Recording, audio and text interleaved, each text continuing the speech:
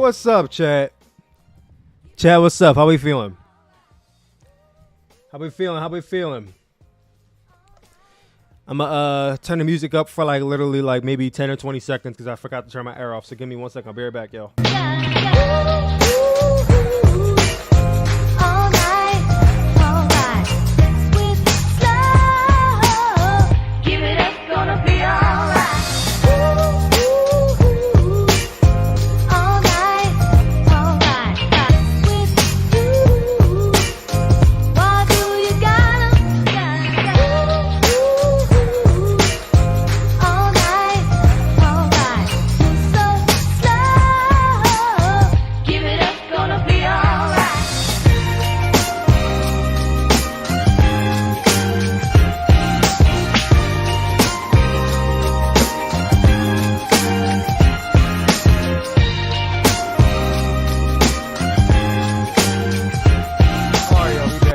We back at it. Woo! Look at all the people we got in the chat right now. You guys are awesome. John Doe, it's Brandon, Noel, James, Cherry Bomb, Yogi One Kenobi. I love your name. YouTube Guy 33, the Cherry Bomb, Pentagon, BRW, Joseph Hamlin. You guys are awesome. Thank you guys for coming through. Sooplex, how was your day? My day was pretty well. You know, I worked. Then I came home and I booted up stream, so it was pretty good. Pretty good. Jay Davidson says he's new. Welcome, Jay Davidson. We got any new viewers in the chat? I know we're getting like new subscribers every day, so I feel like I see new people in the chat every day, which is always cool. Y'all already know. Y'all see the video title. Y'all see the thumbnail. The topic of today's stream is regarding the Fiend. We've all seen it. We've all seen the clips circling on Twitter and YouTube about house shows. Well, lately it was the WWE house show, and then it was Monday Night Raw, of the lights going out, and then all of a sudden this... I'll show y'all what it is. I don't want to play the audio because I don't want to get a copyright claim. I don't know if it'll be copyright claimed by Jefferson Airplanes, who are the composers of the song, but I do want to play exactly what we have been seeing. Or maybe you have not seen yet, depending on if you actually went to the show, because this is exclusive to people who have only been to the shows. If you didn't go to any of the shows, you wouldn't have seen it. It's not on TV. It's kind of like one of those silent build-ups. I low-key enjoy it. I like the silent build-up. But let's take a little sneaky peek. Let's take a little sneaky peek at what exactly has been going on here.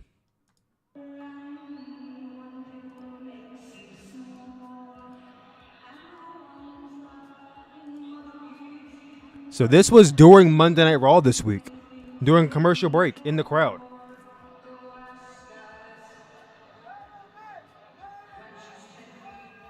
Y'all tell me what y'all think. You know, I'm not gonna lie, I did not watch Raw this week, so I don't really know what the significance of these red and black balloons were. I don't know if it was a celebration or whatnot, but I feel like given the theme of what was going on, the balloons were a great added touch. I feel like they weren't intentional, but they were a great added touch to the mood. Celebration? What were they celebrating? What was? Let me guess. It was a title. It was a title celebration or whatever. Because WWE loves doing title celebrations and all that shit. You know, that's what they love to do. Hold on. It's Adam Rose's. No, bro. We already know it's Bad Bunny. Bad Bunny's making this big return to WWE, and the fans are all getting themselves wild up thinking it's Bray Wyatt. Like, no, it's Bad Bunny, obviously.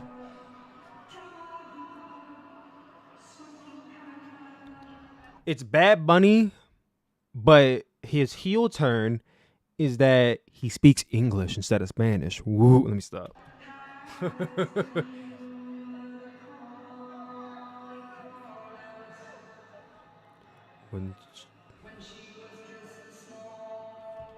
I ain't gonna lie to y'all. Ever since I've seen this, I've been playing the song White Rabbit by Jefferson Airplane. It's a short song. The song's only like 2 minutes, but the girl, I forgot what her name is. It's like Diana or something. She has such a beautiful, entrancing voice. I want to play the song really badly, but I don't want to get a copyright claim, so I'm not going to. But do yourself a favor and search up the song White Rabbit by Jefferson Airplane and play it. It sounds fun. Like, don't get me wrong. It sounds fine, but what they're playing here,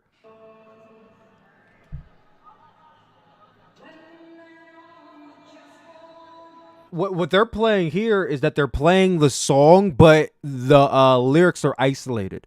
So basically, they went into like Garage Band or whatever, and basically they took out all the sound to just make it straight vocals. And I think it when it's just vocals, it's so dark and eerie. Like, don't y'all think this is a very dark and eerie song? The song itself with music in the background ain't that bad. It's just the fact that if it's just her and nothing else doing an acapella, that's when it's kind of creepy.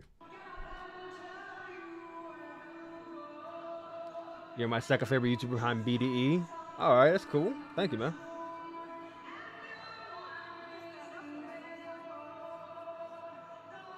College.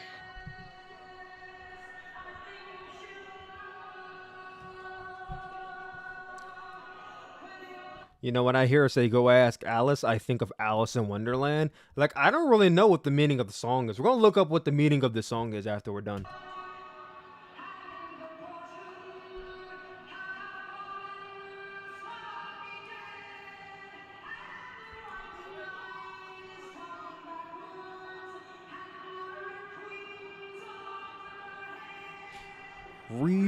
And then the lights go red and shit.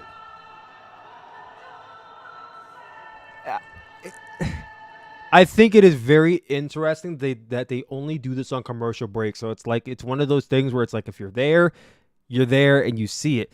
Imagine if this happened in like 1990 when nobody had cell phones. So you had to literally go to your friends or family and try to convince them that this shit happened and nobody would believe you.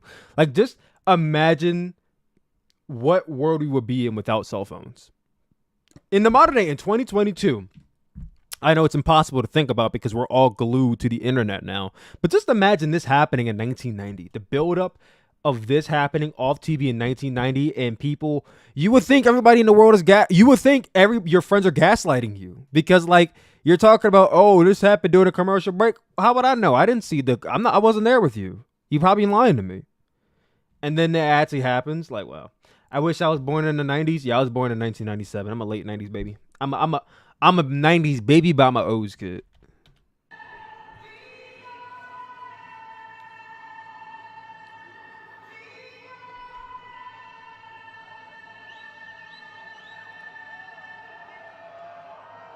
And then the lights go out, and that's it. That's all there is to it. But they did that at a house show a week ago, and now we're doing it on Monday Night Raw.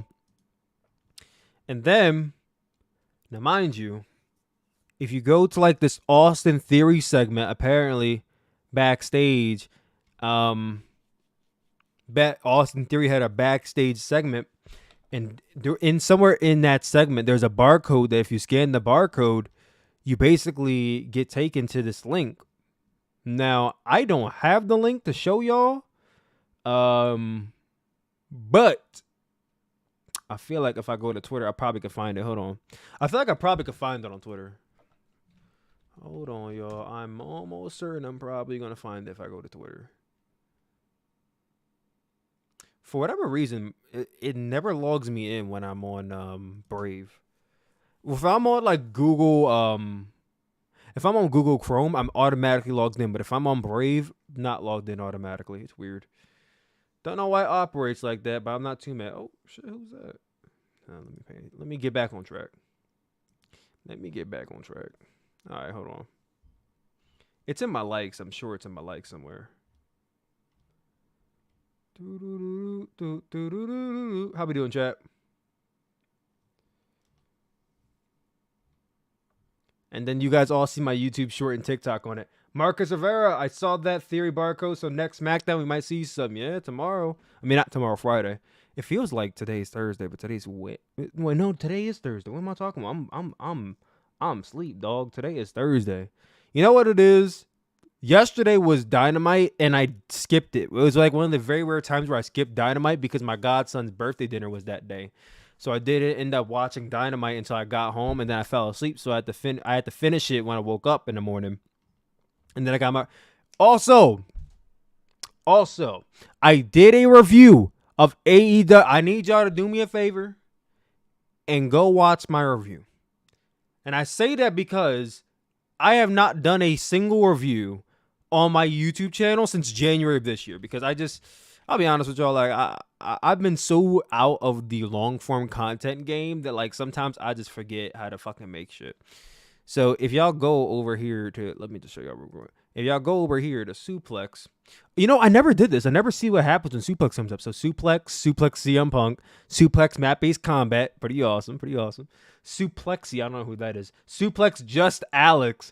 Yo, I made a video on Just Alex. I don't watch his content anymore. What comes up when the Just Alex comes up? Is it just yeah, it's just those 2 videos I made on him. I highly doubt he's ever made a video on me. Doubt it. But back to what I was doing. I got sidetracked looking at what comes up when you search Sooplex. Actually, better yet, hold on.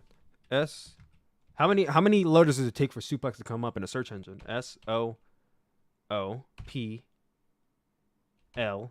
Okay, so once you type in Supple, I come right up. So that's awesome. I like that. I come up right when you do the Sooplex Universe mode, Sooplex tier list. Okay. I see what y'all searching. Anyway, right here. It's like the first video. It's like a review I did of AEW Grand Slam. This is the first long form review I've done since freaking January of this year. James King 1257. Thank you for the super chat, brother. I appreciate you. People saying the Fiend's not that good, but now why do you think he is such a polarizing character with both hardcore and casual fans during it? Why do I think he is such a polarizing character with both hardcore and casual fans during it? I'll talk a little bit about the Fiend in a second. But yeah, everybody go watch my review, because if the review does good, which mind you, when I do long form content, and this was before I started blowing up, because let me just say this. Before YouTube Shorts, I had like maybe 7,000 subscribers, and like I did not get a lot of views. But now I'm getting like a bunch of fucking views on my YouTube Shorts, and now my fucking long form content is doing good. 1.4 in 10 hours. Like it might not be great to like a bigger YouTuber, but to me that's like really fucking good. That I got 1,000 views in 10 hours on a long form video. It's honestly like really unheard of for my content, so I'm really happy that happened. If y'all want to see me do more reviews, please let me know, because the only reason I don't do reviews is because people initially were not watching them. And if they weren't watching it, there was no reason for me to talk about it. But if y'all want me to do it and y'all want me to do reviews, I will. But I just need to know y'all gonna watch it. I don't mind talking about wrestling. Y'all know I don't mind, because I fucking do content all the time. I don't mind talking about it, but at the same time, I also like to just enjoy it. And sometimes enjoying it means just fucking watching it. And I also don't mind giving my thoughts. But if I take like 2 hours, 3 hours of my day to compile a video together, I just need to know y'all gonna watch it. And that's it. All right, but back to the point I was making here. Let me go to Twitter, because I'm pretty sure I liked the video of the whole of the whole the Fiend thing. It's in my likes somewhere. And nobody ever checked my likes, by the way.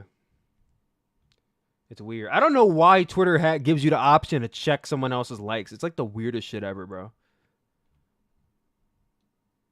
But it makes for a good reference point, because now I'm able to like, go back and look at things that I liked. That's kind of what I do. I'll literally will like a video just so that I can go back through my likes and what. God damn. Oh, I forgot I like that.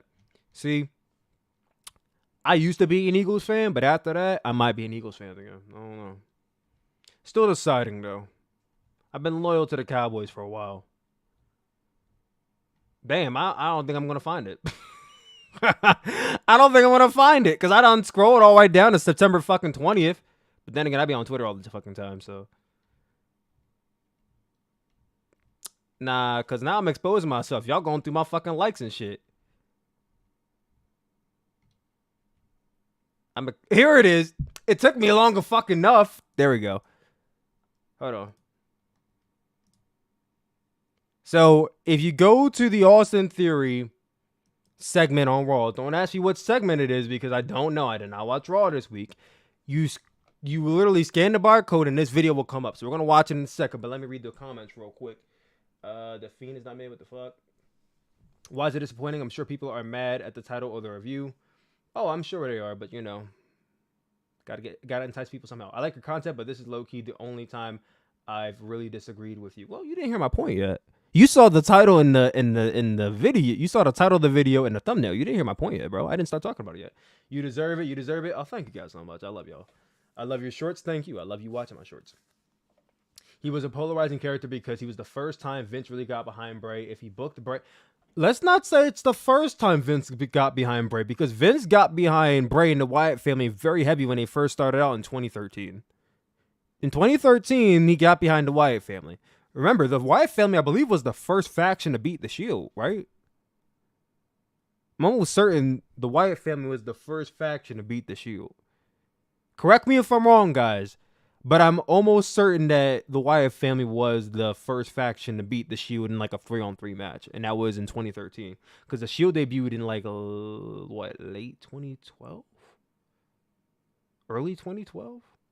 When did the Shield debut? Hold on a second. Hold on a second. The Shield debut.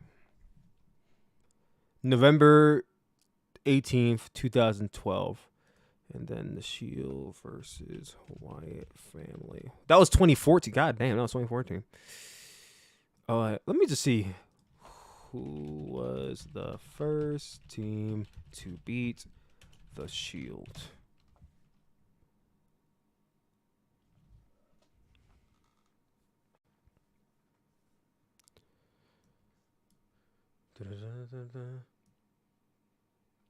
Team Hell No and Randy Orton in June 20. Okay, well, never mind. I'm wrong then.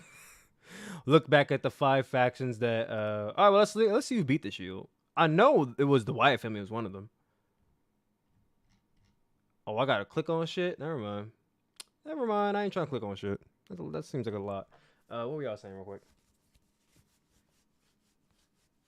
You're right. Sorry, explain. I will. Let's see a search history. Nah, fuck you. I think so.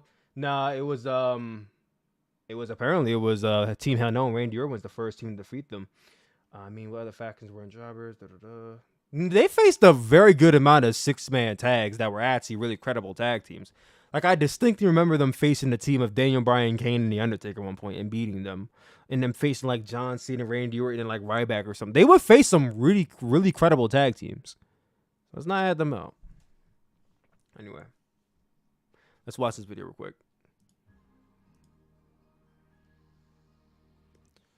Who killed the world?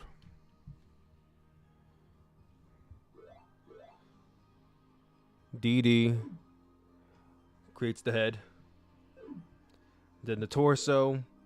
O. Odd. Then the leg. Then I. Odid. Oodid. You did. He's got, well, I mean, first of all, once I see this, I think about he's got the whole world in his hands. So I can see why some of y'all even think it's Bray Wyatt, because the world, who killed the world, you did. It's some Bray Wyatt shit, bro. Also, isn't this the Bray Wyatt font that he uses all the time? Like the Wyatt, this seems like the Wyatt family font, right?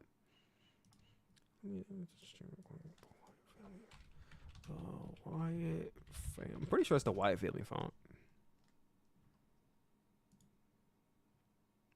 No, you know what? It's the Fiend font, I feel like. The Fiend or the Bray Wyatt. One of their fonts. Hold on. The Fiend. Title card. Like when the Fiend would make his entrance and his title card would come up, it would say like the Fiend in those scratchy letters. I'm trying to find it. Hold on. The Fiend.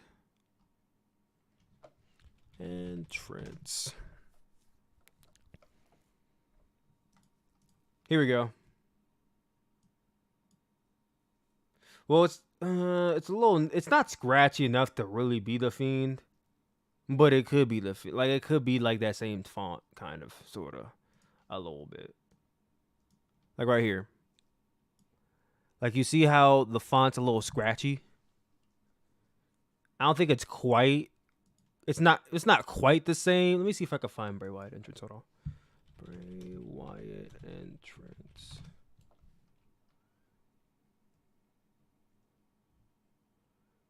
Do we have the Bray Wyatt entrance card? Because that's what I'm looking for. I'm looking for like when the little thing comes up at the bottom left hand at the bottom corner of the screen. Sooplex, do you have a Discord? I do. Banger song. He does have a banger song. Guys, chat real quickly. Let me ask y'all something. And this is a really good topical question that I do want to go over to y'all. I want y'all to comment down below. Let me know. What version of the theme song did you guys like more of Broken Out of Love? Did you like the Bray Wyatt version or the Fiend or the Fiend remix? Like which version of the song did you guys like the most? We'll play them both in a second, but let's finish out this little thingy thing real quick. Let's finish this out real quick. 9:23. So 9:23 is on this side, and then 9:23 p.m. So I'm wondering if it's gonna be like a debut at 9:23 p.m. like at on the dot, because the 1 dot means this is the date, but 2 dots means this is the time. So I'm guessing 9:23 at 9:23 p.m. Right? That's the assumption, right? 9:23 at 9:23 p.m. Only for fucking what's his name? Mustafa Ali to come out, and don't yell my boy Mustafa Ali. Catching flies in his mouth. Bray Wyatt version, the Fiend version. I've seen a little split in the comments right now. Also look up WWF September 23rd, 1996. Hold on, what's going on with that date? WWF September 1996.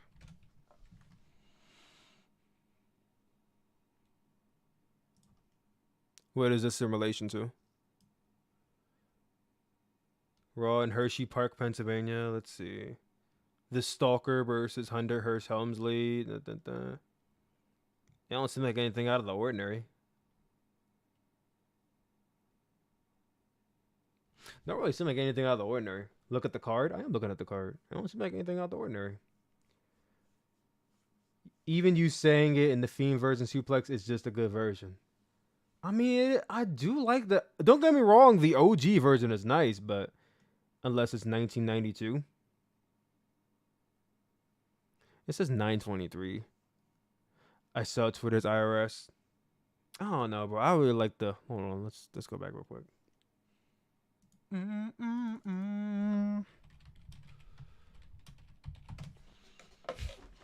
don't know, bro. Like, I feel like the OG theme song.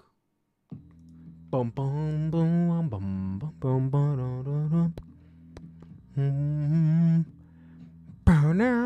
bum. Like, this makes me want to turn off the fucking lights and fucking pull out my phone and do the little thing. Like, dude, back in like 2014, I would literally turn off my lights, pull out my phone, and do the little lantern thing in my living room.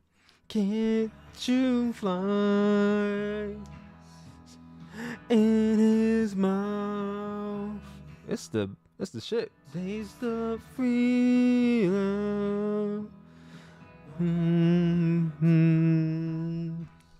They're calling back to a time. You can't really. It's hard to beat the original, bro. It really is. It's hard to beat the original, bro. Hold on, let me finish this out. Song again for years to come is broken out of love. But then fucking 2020 rolls around and this motherfucker debuts. Hold on.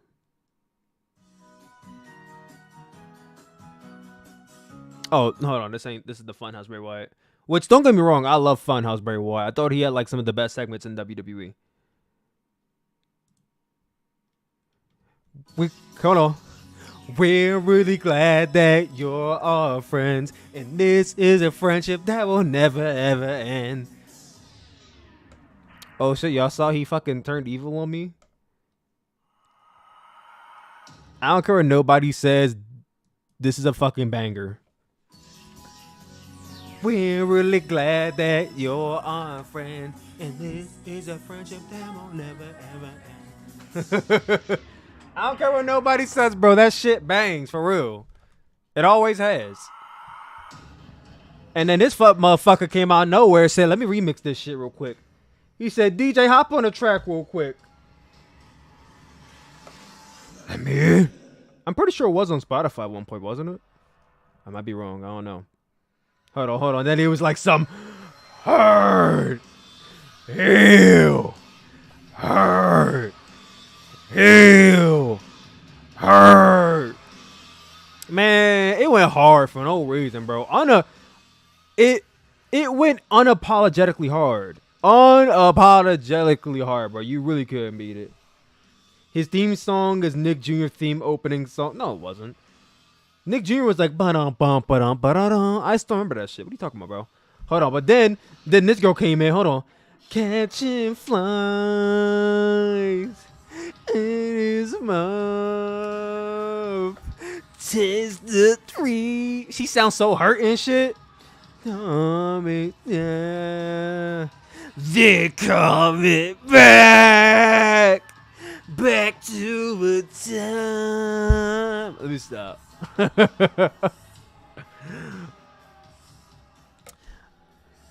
don't know, y'all. Well, actually, I do know. I think this version is the best one.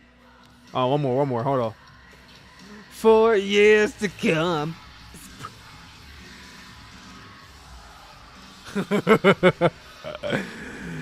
All right. So now that we've warmed up the crowd, let me get into my thoughts on the Fiend and why I titled the video the way I did. Before we hop into our first video, I'll tell you why I titled the video the way I did. So, if you read the title of the video, before you click on this thing, it says, what the fuck did I title the video? Damn, I forgot already, shit. I forgot what I titled my own video, bro. It says, damn, I really forgot the title of my own fucking video. Don't mind me, y'all. I have a short memory, and it's really bad. And I'm not that old yet to be having a short memory, but I do. So please forgive me. The Fiend should not be brought back. I really forgot. The Fiend should not be brought back to WWE.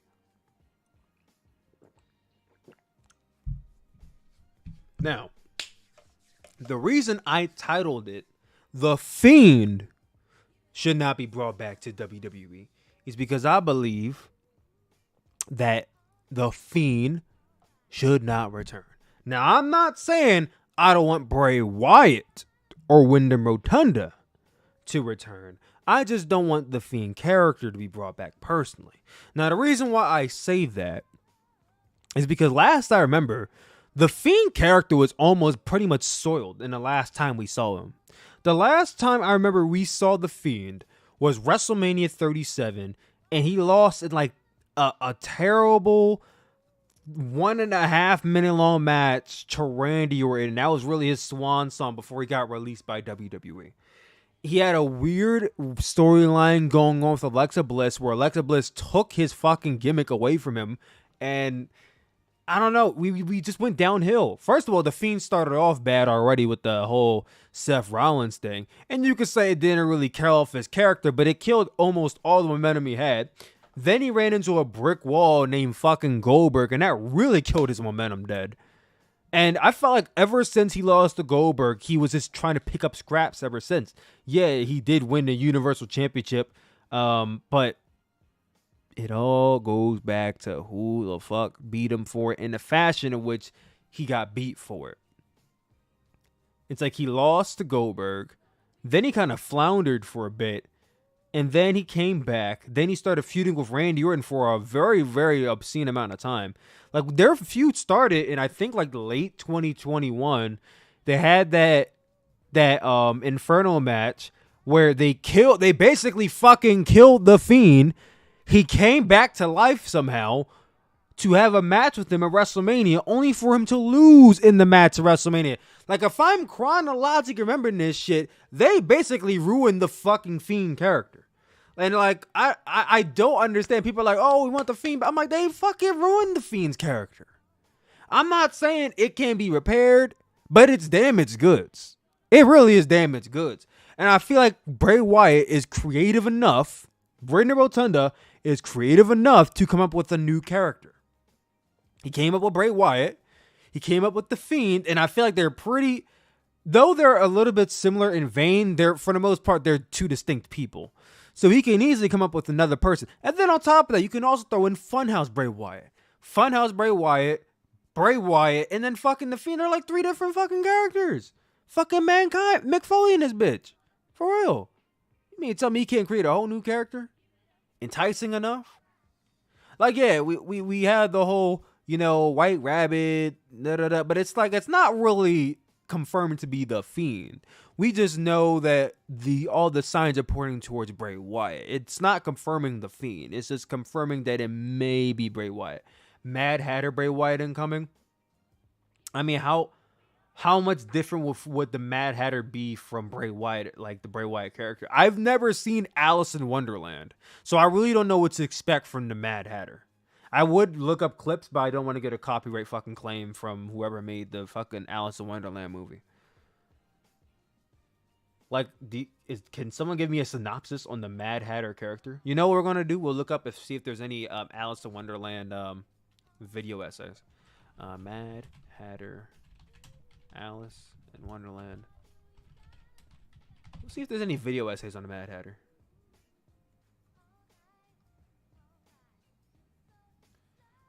Someone did a video called "The Mad Hatter's Top." Oh, let's look at this. We'll click on one. Mad Hatter, a case in borderline personality disorder. This looks like a good one. Because it's tackling the Mad Hatter character. We'll do this one. So how about we're going to do this? We're going to make this like the third video we watch. We're watching 3 videos today. We're going to watch and react to 3 videos.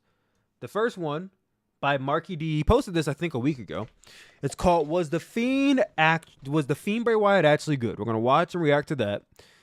Then we'll watch Villains in Wrestling, Making People Hate You. Then we'll get into the Mad Hatter. Actually, you know what? Let's do the Mad Hatter second, since we're already on the topic. It's Feed Your Head, and Bray posted after he got released. Don't worry, I'll feed you, baby birds. Then there's the Batman Mad Hatter. Very true, which I don't think it's really the Batman Mad Hatter. I remember the Mad Hatter being played by Johnny Depp. I remember that much, yeah. I dare you to play the White Rabbit song. Oh, I did play it. I played it earlier. Didn't Bray say it's time for something new? I hope it's something new. But let's start things off, guys, with Marky D's video. Was the Fiend... Hold on. We're going to start things off with Marky D's video. Was the Fiend actually good? Let's dive into this video. Actually, before I do that, let me grab my headphones so that way I'm not like fucking blaring this shit into the echo eardrum of my people listening to this video. Hold on, let me get ready to just...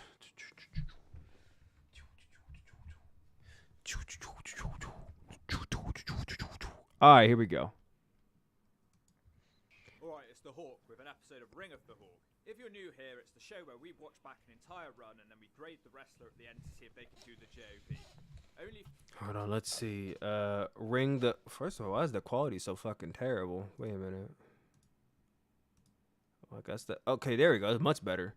Wrestler company matches comments. Okay, so he's ranked David Flair and Crowbar as let down by Flair. Canyon as cool moves. Foley as good hardcore matches. Kojima from MLW as uneventful. Kojima had a really good run in New Japan. It's still going.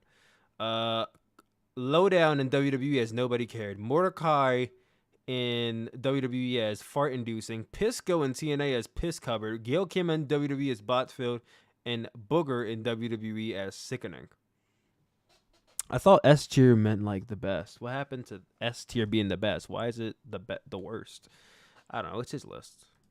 30 or less matches count, and only main shows too. I want to make it clear that I'm aware of the segments in between the matches, but we're only watching the actual matches. Today's guy is potentially... We're only watching the actual match. I mean, if that's the case, then it's not going to be very good because the Fiend never really had good matches. I mean, let's just be blunt here. The Fiend character was great, but the Fiend wrestler was not. If we being fair here, the Fiend was a good character. He was not a good wrestler. He was extremely limited in the fucking wrestlers. coming back to the WWE Extremely limited as a wrestler. Because he had to no-sell everything, and he couldn't have, like, a good work rate match because he was a monster. So, like, yeah, his matches were not generally good. So, if you're going into this looking at only his matches, he's probably going to be in the fucking S tier. So, I don't know. We'll continue on anyway, but I thought it was going to be based on his character. So it only makes sense to make this video now. I'm also being forced to make it because it was a Patreon request by Grizz Exploder. If you want to make the Hawk talk, sign up today. Well, I mean, he did at a very convenient time. I froze on the wrong frame. And of course, I froze on the wrong frame, bro, for real. you know a wrestler who could do the J.O.B. Wait a minute, y'all are saying that volume. Is it too loud? Guys, let me know if the actual video is loud or low. It needs to be up, it needs to be down. Let me know, because I can't really hear it on my end.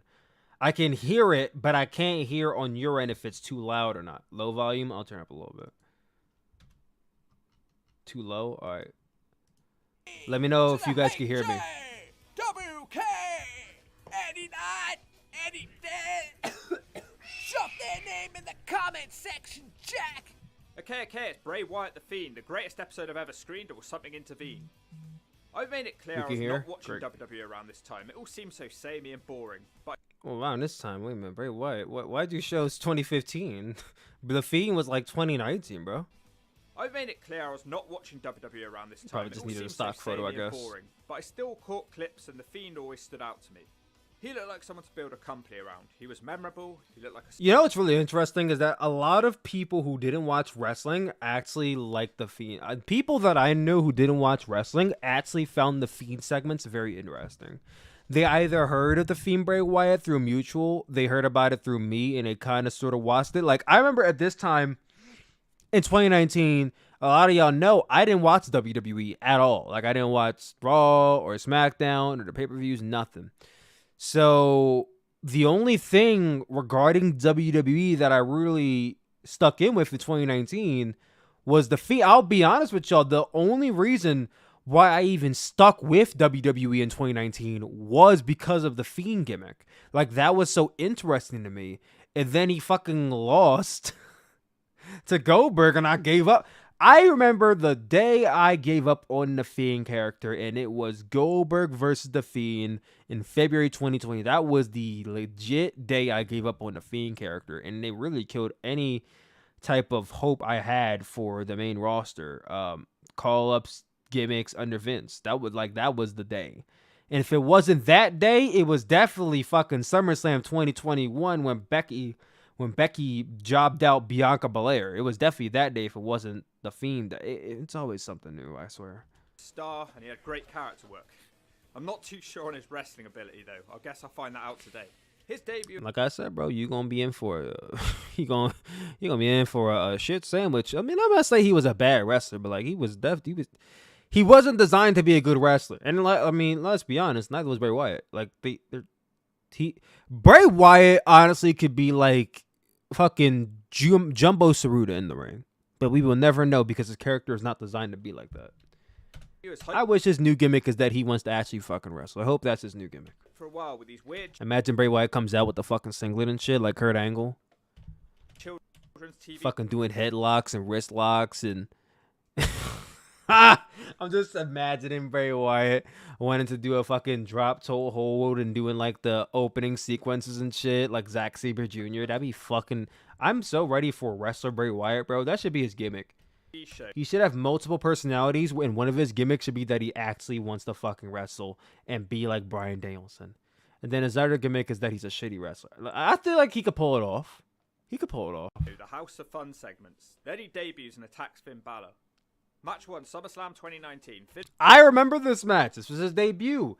It was exactly what it needed to be. It was a squash for the most part. Finn Balor versus the Fiend Bray Wyatt. I remember the entrance to this day. It was so captivating. Oh shit, I muted the thing. And lights on people's phones. As soon as it ends, the crowd are going berserk. Balor looks shook. The Fiend starts with an aggressive headbutt. He follows that with another one. Balor tries to increase the pace now, but he gets freaked out when the Fiend bends his head backwards to look at him. The Fiend clubs him down again. He almost twists Balor's head off now as a stunned silence has gone over the crowd. First proper move of this run now from the Fiend, it's Uranagi. The Fiend seems conflicted on what to do next. I think he's hearing voices in his head. Balor fights off the Sister Abigail and hits a swing blade and a drop kick. We're gonna speed up a little bit because I also don't want to make it seem like I'm trying to rip off the entire video. Double leg takes the Fiend down and Balor stomps him. Another drop. Damn, he got right in the fucking neck. Y'all see that shit? Hits a swing blade and a drop kick. The double leg takes the Fiend down and Balor stomps him. Damn, he got him in the fucking neck. Hold on, back up, bitch. He got this motherfucker right in the neck. Let me slow that shit down. Balor fights off the Sister Abigail and hits a swing blade and a drop kick. The double Bro, leg look. He got... Slow down. He literally got him right in the neck. Takes the Fiend Look at the stomp, bro. Balor Bam! Right in the fucking face and neck. stomp. That's crazy. And that's like all weight, too. That's a strong dude right there. I would have got up and started airing my bitch out, bro. I would have started shooting all over this motherfucker. He better than me. Another drop kick from Balor now. Balor wants to go high risk, but he's sort of caught in the mandible claw. Didn't look great, to be honest. Yes, sort of That's caught. the three. Just a short match to start us off. A high-profile squash match. The crowd are shocked and stunned by what they've just seen. He's straight out of a horror film, given his debut in A. Whilst it wasn't a great technical match, it had so much atmosphere to it. It really was. Like, it wasn't even about the match. It was the theatrics behind the match that really was captivating the most. Certainly want to see more after watching this. Talk about leaving a good first impression. Match 2, Hell in a Cell 2019. Yep, this is basic. All the momentum the Fiend had at this point was killed in this match. Not all of it, but almost all of it was killed in this match. Not this. There's only 2 matches I've seen before on today's video, and this is one. And it isn't good. It's straight out of... I remember the complete and utter dismantlement of this company that the IWC did when this match is over. Every YouTuber and their mom shat all over this match, including me. Shat all over this match, shat all over the finish, shat all over the booking, shat all over the Fiend character. Like, they just took a big heaping pile of shit all over the end of this match, as it should have. And I haven't watched it since because it was terrible, but let's kind of sort of get back into it here. ECW 2000. Well, I'm going to watch it again with a focus on what the Fiend actually does here. Universal title, the champion Seth Rollins versus the Fiend Bray Wyatt. The cage is red, the lighting's red, and what's usually the colour of anger? Also, this is back when Seth Rollins was well liked. It's red. Like, babyface Seth Rollins was always just a guy who kind of wrestles. He was never anything special as a babyface. The Fiend, and this really proved it because he went up against a more enticing character, and people wanted to see the more enticing character win, even though you're the babyface. That should have told you all you needed to know about this. Starts out trying to intimidate Seth Rollins. Seth grabs a stick and hits the Fiend in the gut, who no-sells it. None of the shots have any effect. Oh yeah, I remember now. It was all no-selling. And I mean, the Fiend was no-selling almost everything up until the end where the match got stuck. You know what? Rollins tries to dive instead. That doesn't work. It was just... The way the Fiend kicked out of almost everything was almost borderline ridiculous, honestly. Even though, like, it really built him up as, like, an unstoppable monster. The way he kicked out of everything up until the end. And then it's like, you seriously couldn't get up from that? And then he got up at the very end, and it's like... Work either, and he's hit with a Uranagi. Out of the ring. Just remembering this match is making me mad, I'll be honest. It's making me mad remembering this fucking match. We go. The Fiend keeps shoving Rollins into the cage. Now he's squashing into him. We change it up now as the Fiend sends him into the steps instead. Well, wait a minute. Pause, bro. What's going on here? Into the cage. Now he's squashing into him. We change it up now as the Fiend sends him into the steps instead. Also, I will never forgive WWE for doing fucking red lighting during this match. I will never forgive them for this. Never. And I'm glad they didn't do this shit at WrestleMania because it was fucking terrible every time they did it. This seems to wake Seth up. He uses the steps as a weapon. The Fiend is floored for the first time. 2 suicide dives from Rollins. Such an ice sort of fucking look at, bro. Rollins now. He tries a third, which is blocked, and the Fiend does a Sister Abigail into the cell. In the ring now, Rollins super kicks the Fiend onto a table. He immediately splashes him through it.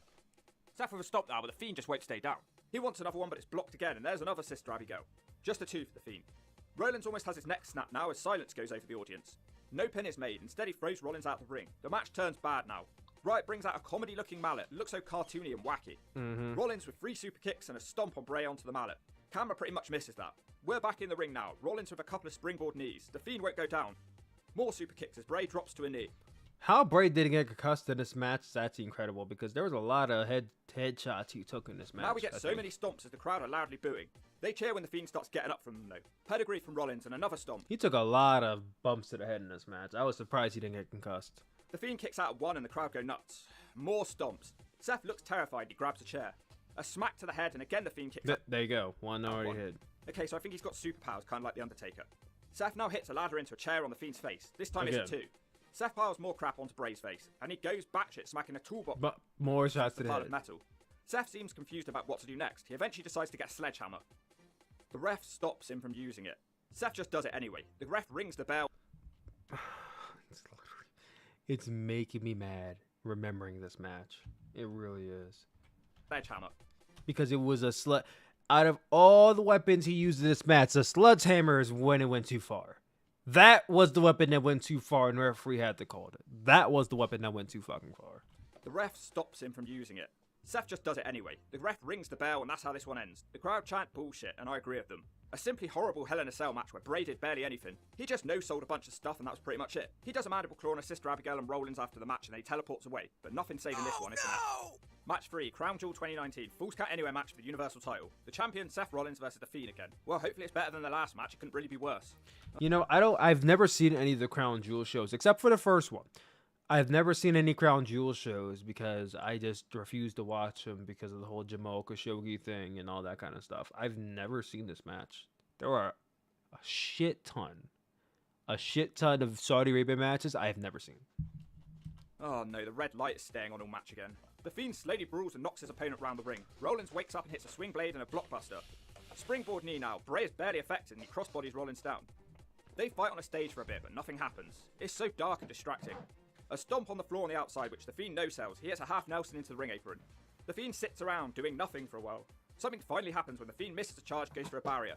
Suicide dives over and over again now from Rollins. This just feels like the exact same match, but outside a cell. Luckily, the Fiend manages a bit more in this match. After beating up Rollins for a while, he gets him set up on the commentary desk. Do you guys remember this match or any of the matches on this list? But he takes too long and his back senton misses. Just a 1 count for Rollins. For a while, he gets him that set up on the actually commentary looked desk. very He comical. takes too long and his back senton misses. Just a 1 count for Rollins. Why is the Fiend always so slow to do anything? It just makes him look a bit dumb. The best moment of the match is the Fiend shoving Rollins off the top and through tables. I'm in shock that something's actually happened. Sooplex, can I ask what is your favorite WrestleMania stage design? Excuse me. My favorite WrestleMania stage design, I would say, would have to be WrestleMania 33. The roller coaster one. It was just very... It was such a great sight to look at. It was such a very cool looking stage. I think mine is definitely 33. The Fiend just lies there watching though, so he'll probably lose in a minute. Well, literally nothing happens for the next 2 minutes before Bray finally decides to do a Sister Abigail. Rollins fights it off with an enziguri, and now he's using the steps as a weapon again. The stomp on the outside gives Rollins a 2 count. Diving shot from Seth Rollins now. We're back on the stage again. Bray hits the Sister Abigail. He actually makes the cover straight away, but it's just a 2.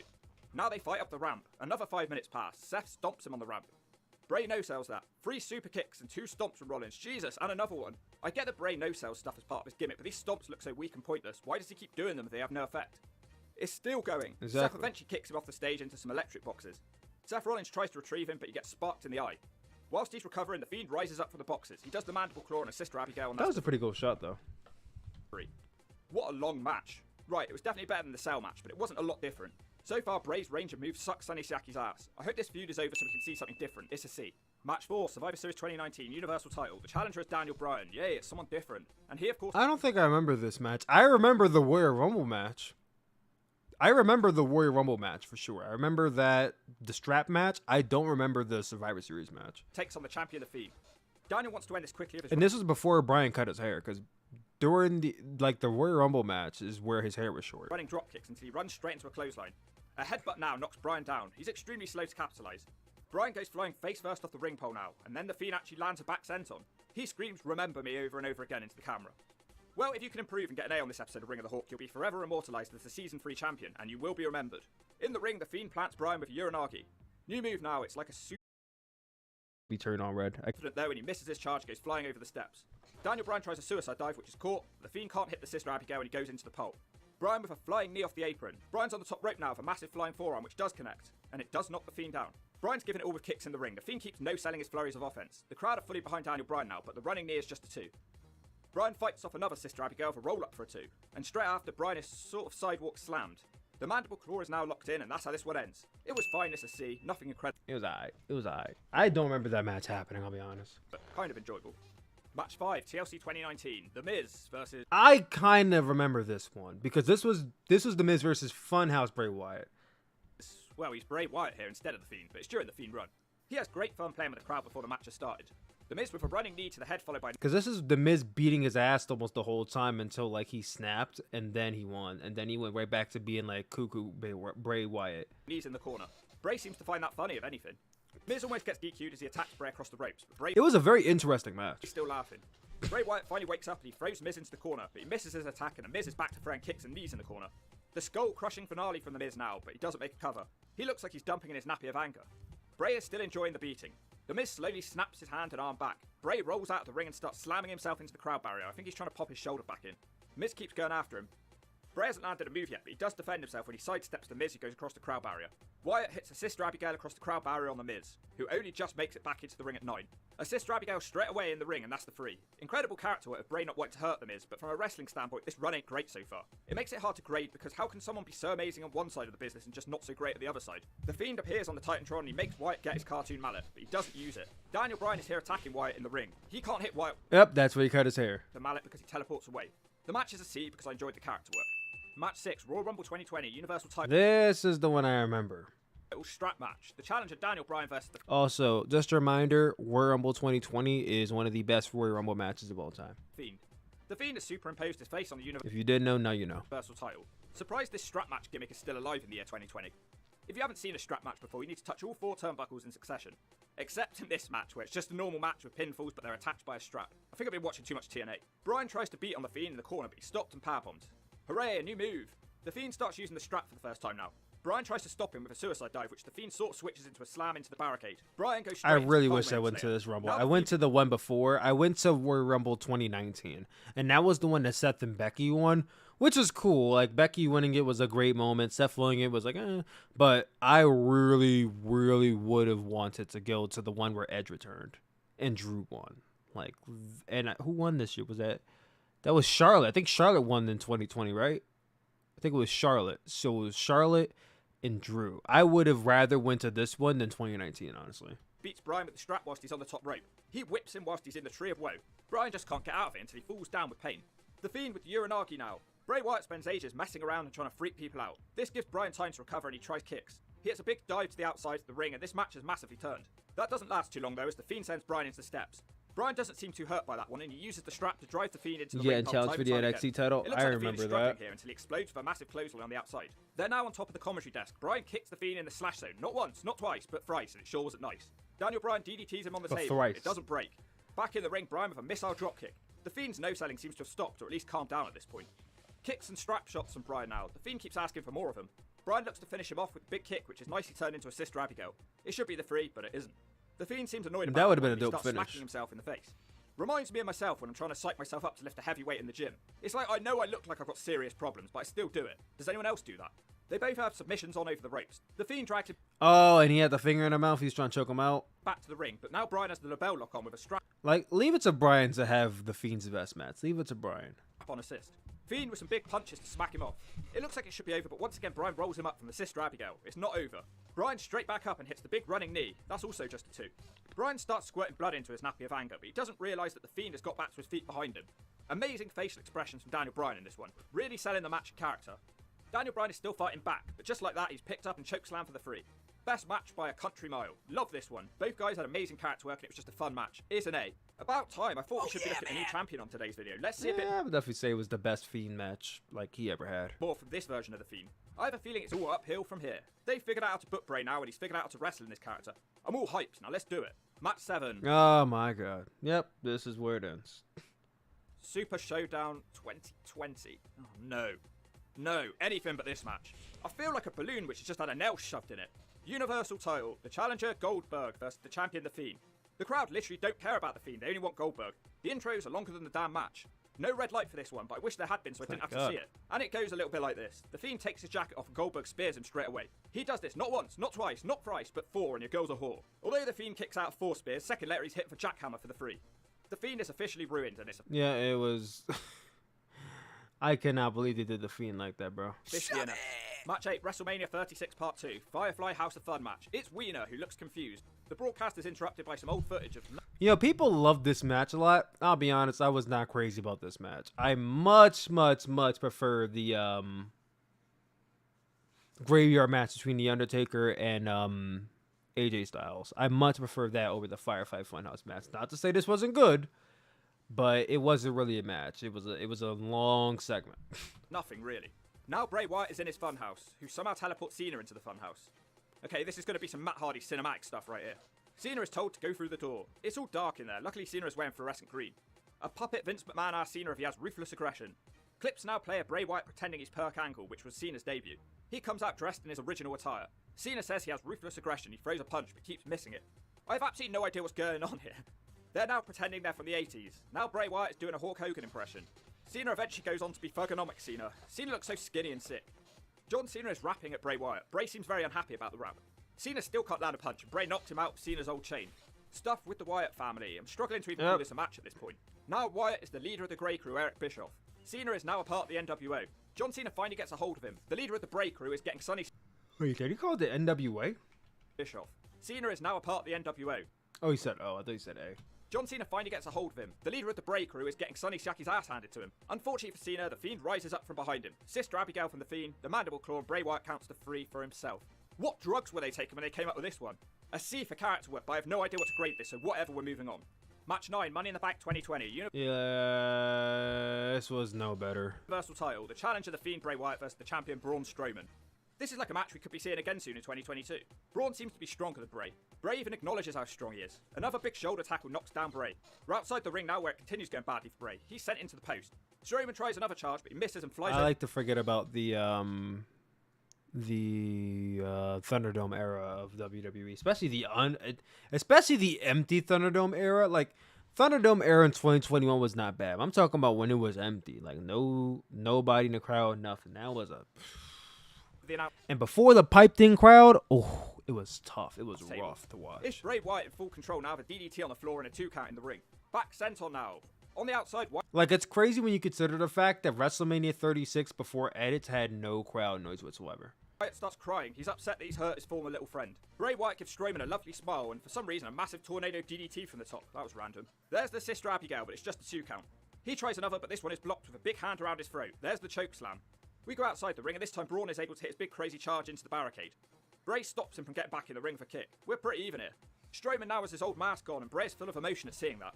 They both get down on their knees, and they hug, and they kiss, and they pat each other's asses. No, that didn't really happen. Actually, they do hug. All Bray's little puppets celebrate the hug. Strowman has a change of heart and stamps on the mask. The running power slam for the 3. So many matches on here that are hard to grade. It's like there's too much character work here. Never thought I'd say that. Funny. Match 10, Extreme Rules 20. Oh, this match was horrible.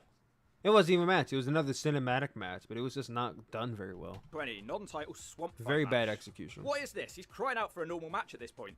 You guessed it, it's yet another cinematic match. The Fiend is happily rocking on his rocking chair when Strowman pulls up. Ugh, it sucks. It keeps cutting away from the match with Bray Wyatt being a cheerleader. It's so dark I can barely see what's happening. This reminds me of the graveyard match between Sting and Vampiro, except it's not quite as dark as that. The question is, could that match be any darker? And the answer is no. At some point, Strowman gets chained up and he's having visions. I'm having visions too, visions of watching something good. Bray welcomes Braun home. They talk for ages about the past. Yes, this is a match. There's nothing I can do. Yes, that's what I hated about this match, is that it was one long segment. Watch it. And then didn't Alexa Bliss show up at one point? We get it, he's a great character. Go and make some movies if that's what you want to do. Or Sister Abigail, quote unquote. What does he think? He's Jake the Snake Roberts or something? I believe the snake bites him to turn Braun back to his dark side. He's now somehow free from his chains and he's beating up random people. Some guy then hits him in the face with a shovel, but then the guy is set on fire. I hate this match. You saying she did? Alright, we'll see in a second. Much. It's an injustice to call this a match. It feels like I'm watching Shrooms 2. Did that film ever get a sequel? All I can do is ask questions like this when I got nothing else to do. Bray appears and burns him with acid or something on his hands. Strowman fights him off and chokeslams him into a dilapidated boat, which then sails away, so I guess it's over. I'm at the end of my sanity here. It's an S. Unfortunately though, it's not over and they fight in a pond. They want to pretend there's crocodiles in there, so they show random shots of crocodiles. Bray beats him down with a rowing oar. Is it over now? He's let out a victory stream, so I guess it is. No, he's back up. Strowman kicks him off a dock. Is it over now? No, they both end up back in the water. Surely it's over. No, the water turns red and bubbles and the Fiend emerges. So presumably Strowman is drowned to death. I hated it. Match of Yes, you gotta love the throw. Someone just died. Then they got another match. SummerSlam 2020. Falls Count Anywhere match for the Universal title. The challenge The of the feud Fiend that never versus ends, Strowman. bro. Please just let them wrestle this time.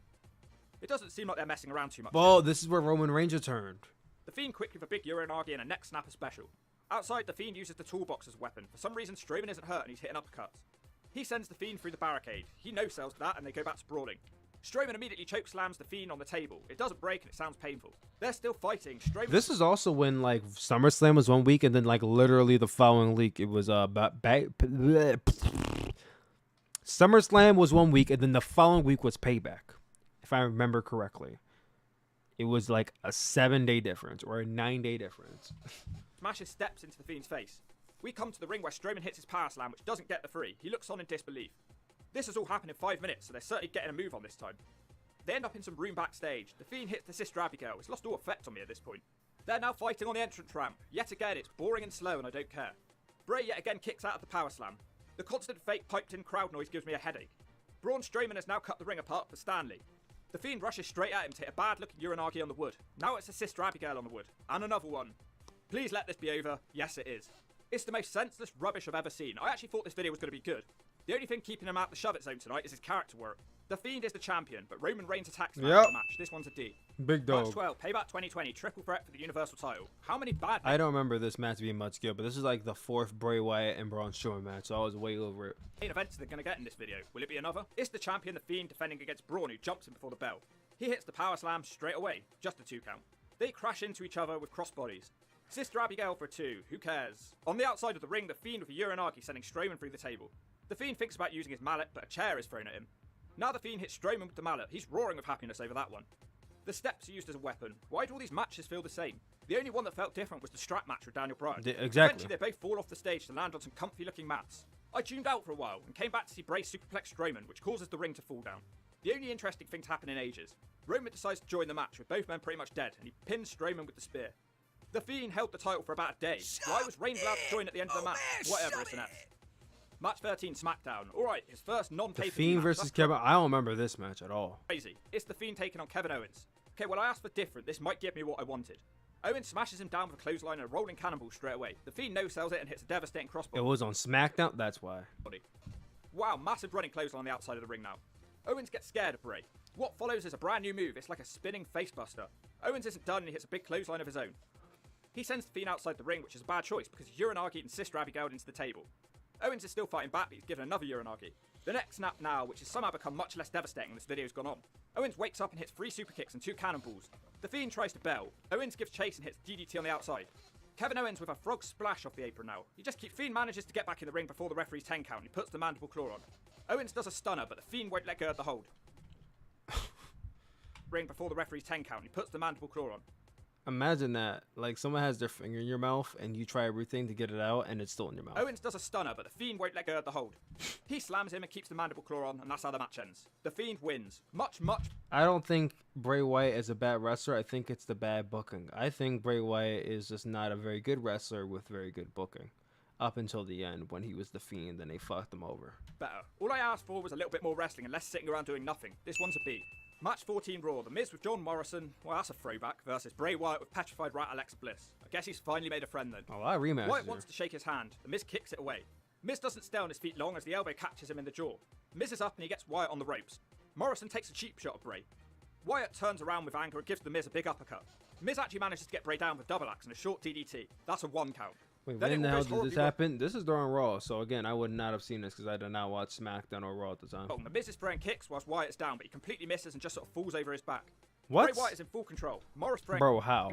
Kicks whilst Wyatt is down, but he completely misses and how, bro? Just sort of looked like you had a lot of time to like not kick him because he was already slumped over. Falls over his back. Bray Wyatt is in full control. Morrison gets involved again to stop him. A flying petrified rat takes him out across the barrier. The Miz tries to capitalise, but his clothesline in the corner has 0 effect, and Wyatt gives him the Sister Abigail for the free. I guess it's a D. I enjoyed the character work. sick of saying that. Match 15, Raw, Randy Orton versus Bray Wyatt. It feels like Wyatt's getting in worse shape as this video goes on, or am I wrong about that? Bray is very pleased with his first knockdown. Seconds later, Orton tries to suplex Wyatt through the table. He rakes the eyelid and hits. I don't remember this match. I did not watch Raw. These tables got a lot stronger over the years. The only Randy Orton and Bray Wyatt match I remember is two. They had one at TLC or Survivor Series, which is the Inferno match, and then they had the WrestleMania match. That's really it. He puts on the sleeper as Bray smiles with happiness. Bray breaks free and Orton blows Wyatt down. Somehow, that's a 2. Think of all the things in this video that Wyatt hasn't sold, and Orton gets a 2 on that shove down? Give me a break. Big clothesline from Wyatt. He hasn't managed much in this match. An atomic drop from Wyatt followed by some body smashes. What the hell is an Impaler DDT? Where did that one come from, Bray? So random. Orton fights out of the Sister Abigail into the cross backbreaker. Another 2 for Orton. On the outside of the ring, Orton hits his own back suplex onto the desk. Oh shit. Orton with a hangman's DDT as the Fiend tries to come back into the ring. He looks for the RKO, but some technical difficulties distract him. He just does the RKO anyway. The lights go out again and the Fiend is now here. The mandible claw is on as the show goes off the air. I love it. The RKO anyway. The lights go out again and the Fiend is now here. The mandible claw is on as the show goes off the air without a winner. It's a C, it was enjoyable at times. Other times, not so much though. Match 16, TLC 2020. Yep, I remember this one. Firefly Inferno match. Orton versus The Fiend. It's the This is the match where Randy Orton legit kills The Fiend. definition of a nothing match with a really cool ending. It's the same as all the other matches, but this time surrounded by fire. The Fiend gets Orton set up in a chair with a line of petrol going to it, but Orton wakes up in time to dodge the fire. The rest of the match is just them trying to burn each other, but not managing it. Finally it happens as the Fiend has the mandible claw on. Orton manages to switch him around and now the Fiend is on fire. He still runs after It's Orton, still a very incredible visual to see the Fiend running after Randy, and Randy RKO's the Fiend while he's on fire. Like, it was still an incredible visual to see. Into an RKO in the middle of the ring. Orton tips more petrol on him. Orton completely sets him on fire with a match. That's how it ends. Fair play for doing that one, Bray. Instant marks up for that. It's an A for almost burning to death. Hey, New Jack got an A for diving off balconies. I've got to be consistent with my grades. The Fiend is now dead. Match 17, WrestleMania 37. Oh, he's not dead, but he might be soon because this is his final match. Randy Orton versus The Fiend, who hatches from a music box. He has a new look due to the burns he suffered, and he's with Alexa Bliss. He jumps off his music box with a clothesline to start the match. There's the Uranagi.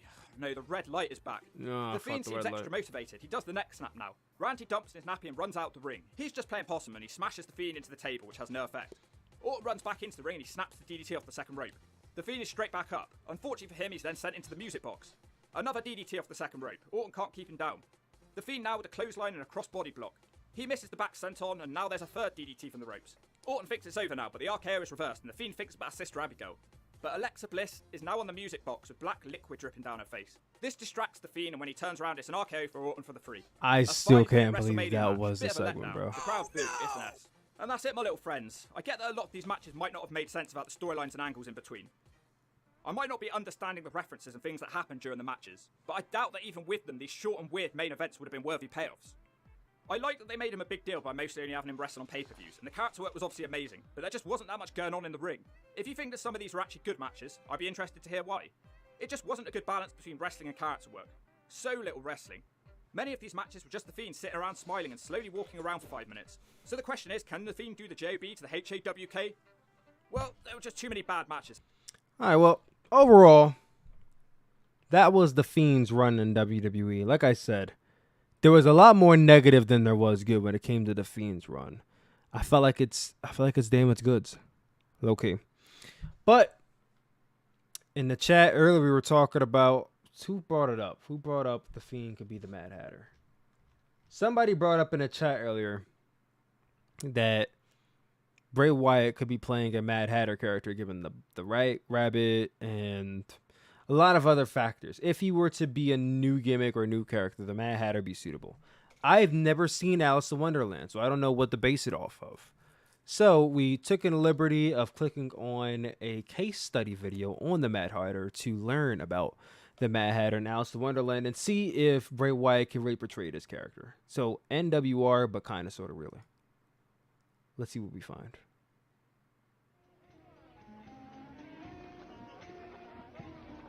Like, what is the Mad Hatter? What is he based off of exactly?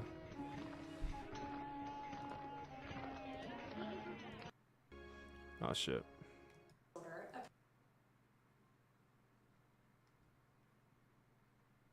This seems like a very old video. Let's see. Queen's Castle just beyond. Hold on tightly. Let's see. So borderline personality disorder, a person must have 5 of the criterion shown in the DSM. The Hatter meets 6 of these criterion. First, he has an instability in interpersonal relationships. Risky Hatter behavior has and an difficulty in interesting interpersonal relationship with relationships. Alice. At one point, he adores her and protects her. At another point, he is frustrated with her and ready to abandon her. Well, see, my question to you guys is, if Bray Wyatt was to be the Mad Hatter, who would be his Alice? And don't say fucking Alexa Bliss. We've seen that. It shouldn't be Alexa Bliss. Alexa Bliss is doing her own thing. Should it be somebody new, or like is everybody just like, no, it's got to be Alexa because of this? Like, I don't think it should be Alexa Bliss again. Let her do her thing. Alexa took the Fiend's part because she did, bro.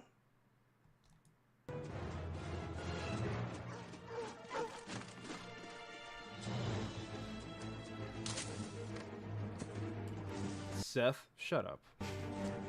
Jakari D, what's up, man?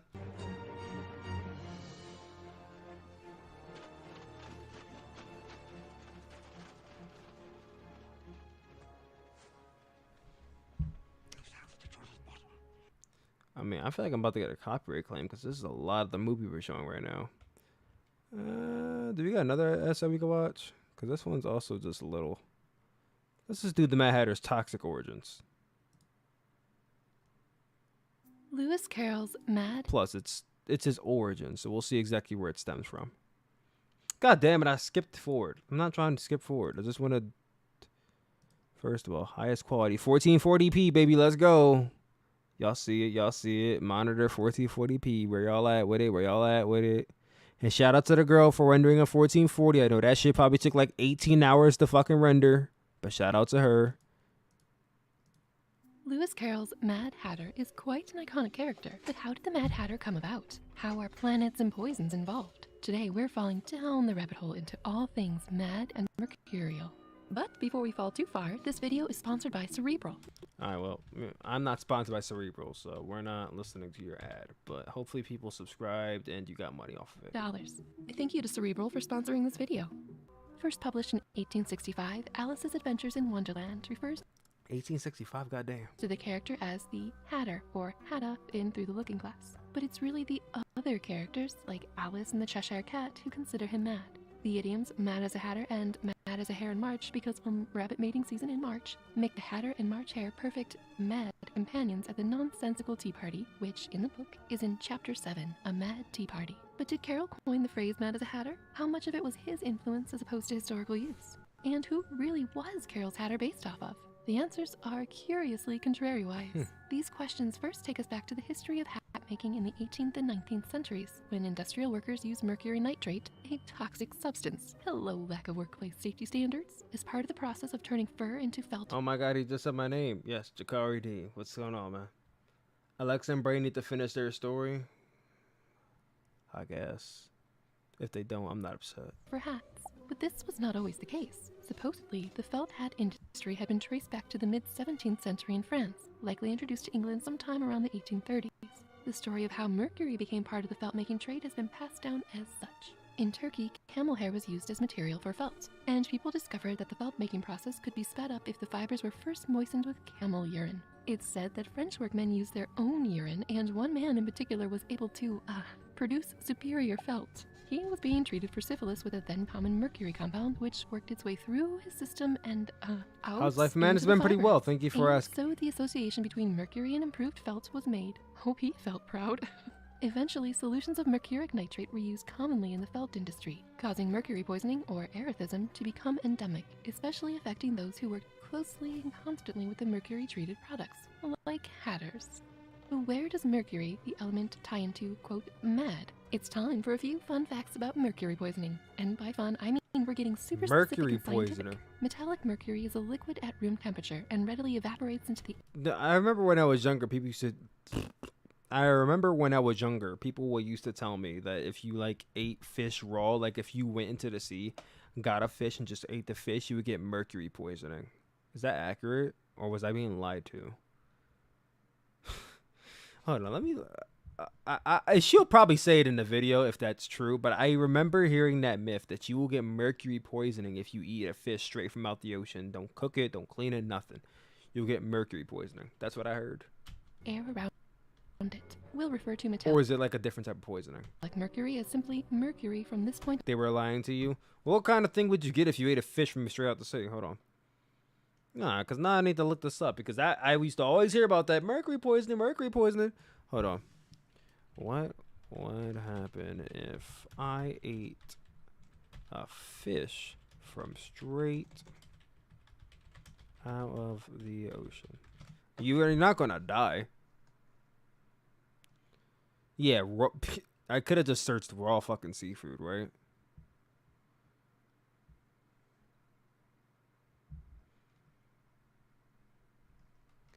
Yeah, basically food poisoning is what you would get.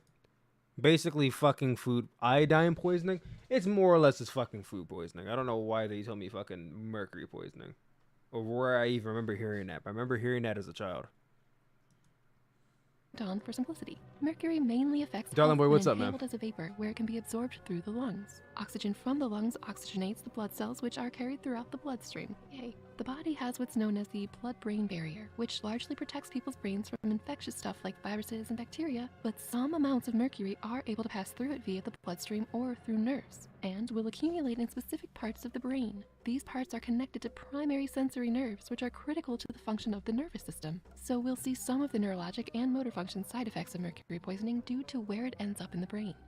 Early signs and symptoms can be seen affecting the nervous system and leading to neurological symptoms like nervousness or anxiety, irritability or mood changes, numbness, memory problems, depression, and physical tremors. But more symptoms appear as the body's mercury levels rise, like experiencing a metallic taste in the mouth, nausea and vomiting feeling uncoordinated, the inability to feel the hands or the face, changes in vision, hearing, or speech, and difficulty walking or standing Sounds like you're tripping out to me. straight. Because of these, hat makers were sometimes thought to be drunk, when really they were experiencing mercury poisoning. Symptoms of prolonged exposure can include tremors, emotional changes such as mood swings, irritability, nervousness, and or excessive shyness, insomnia, headaches, disturbances in sensations, changes in nerve responses, lead to respiratory failure, hello mercury vapors in the lungs, and death. Phew, okay, that was a lot. But talking about the mood swings and changes made me wonder about the term mercurial, which as an adjective can be used to describe of a person subject to sudden or unpredictable changes of mood or mind, which fits the bill of not only mercury poisoning, but also the physical properties of mercury's liquid form and movement. So I wondered if the term mercurial came about as a consequence of the hat makers and felting industry, or something else. Specifically, what about the planet Mercury in retrograde? Surprisingly, the answer takes us back Mercury's the closest planet to the sun, right? Yeah, it's Mercury, Venus, Earth. Whoa, why am I forgetting the planets? Hold on. Mercury, Venus, Earth. Wow, I'm forgetting the solar system. That shows you how old I am. The only reason you would forget the solar system is because you're so old that you have no reason to remember it. Hold on. Don't say Pluto. It's not a planet anymore, bro. It hasn't been a planet since like what, 2007? Or probably earlier than that, like 01 or 04. Hold on. Mercury, Venus, Saturn. No, wow. Mercury, Venus, Earth. What the fuck is the next planet after Earth? Damn. Oh, Mars. Mars. Shut up. Mars. What? Okay, hold on. Mercury, Venus, Earth, Mars. I think it's Saturn, then Jupiter, or is it Jupiter then Saturn? I'm gonna say it's Saturn then Jupiter. No, it's Jupiter then Saturn, then Neptune, then Uranus, and I guess you don't count Pluto anymore.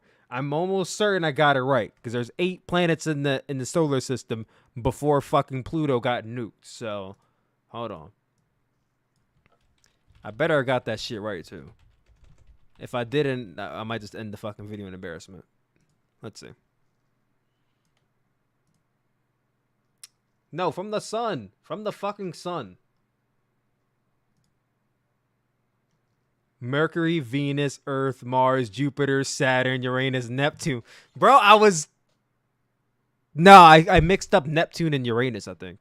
I was right for the most part. I did say Jupiter then Saturn, right? I was right for the most part. I think I just got the placements of fucking Uranus and Neptune mixed up. Other than that, I did get this part right. I think I don't remember what order I said Jupiter and Saturn, but I'm almost certain I got Uranus and Neptune mixed up because I said Uranus last. But at least I remembered the planets, bro. I could have forgotten all the planets, but at least I remembered the fucking planets. That's better than not remembering them at all, I guess, right? It's better to remember them than to not remember any of them at all. At least that's how I see it. It's a half right. You know, I'm half right. I'm mostly right. I just didn't remember the order all the way. I probably would have got like a C?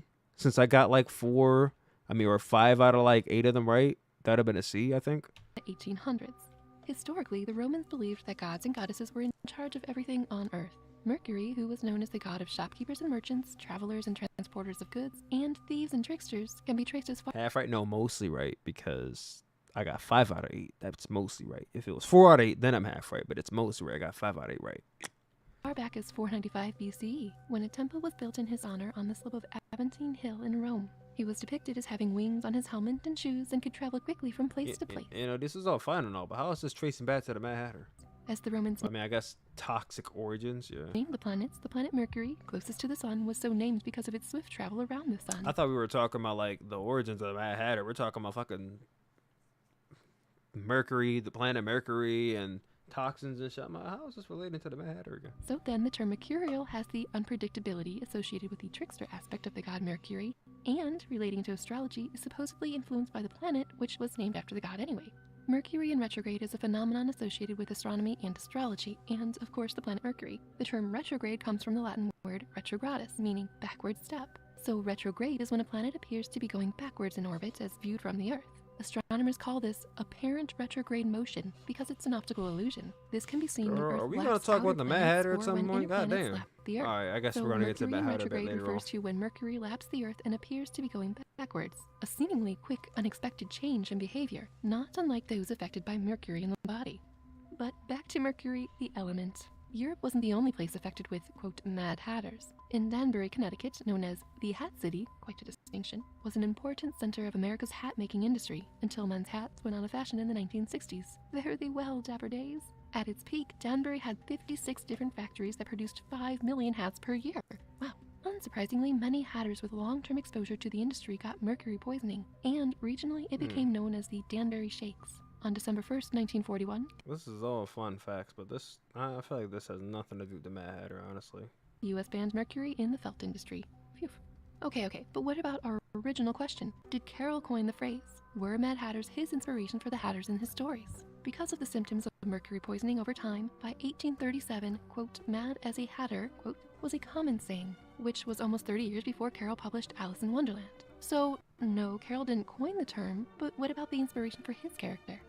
It is here, my friends and fiends, that we have a big plot twist. Despite the Hatter's markedly eccentric behavior and Carroll's familiarity with the madness of Hatters during that time, Carroll likely based the character off of an eccentric furniture salesman he knew, Theophilus Carter, who did not show signs of mercury poisoning. Carter had a habit of standing in the door of his shop in Oxford wearing a top hat on the back of his head. An unfortunate turn of genetics made him an easy caricature for the book. What with a strong nose and somewhat receding chin, over the years some have thought that Carter didn't know he was the inspiration for the character, but evidently all of Oxford called him the Mad Hatter.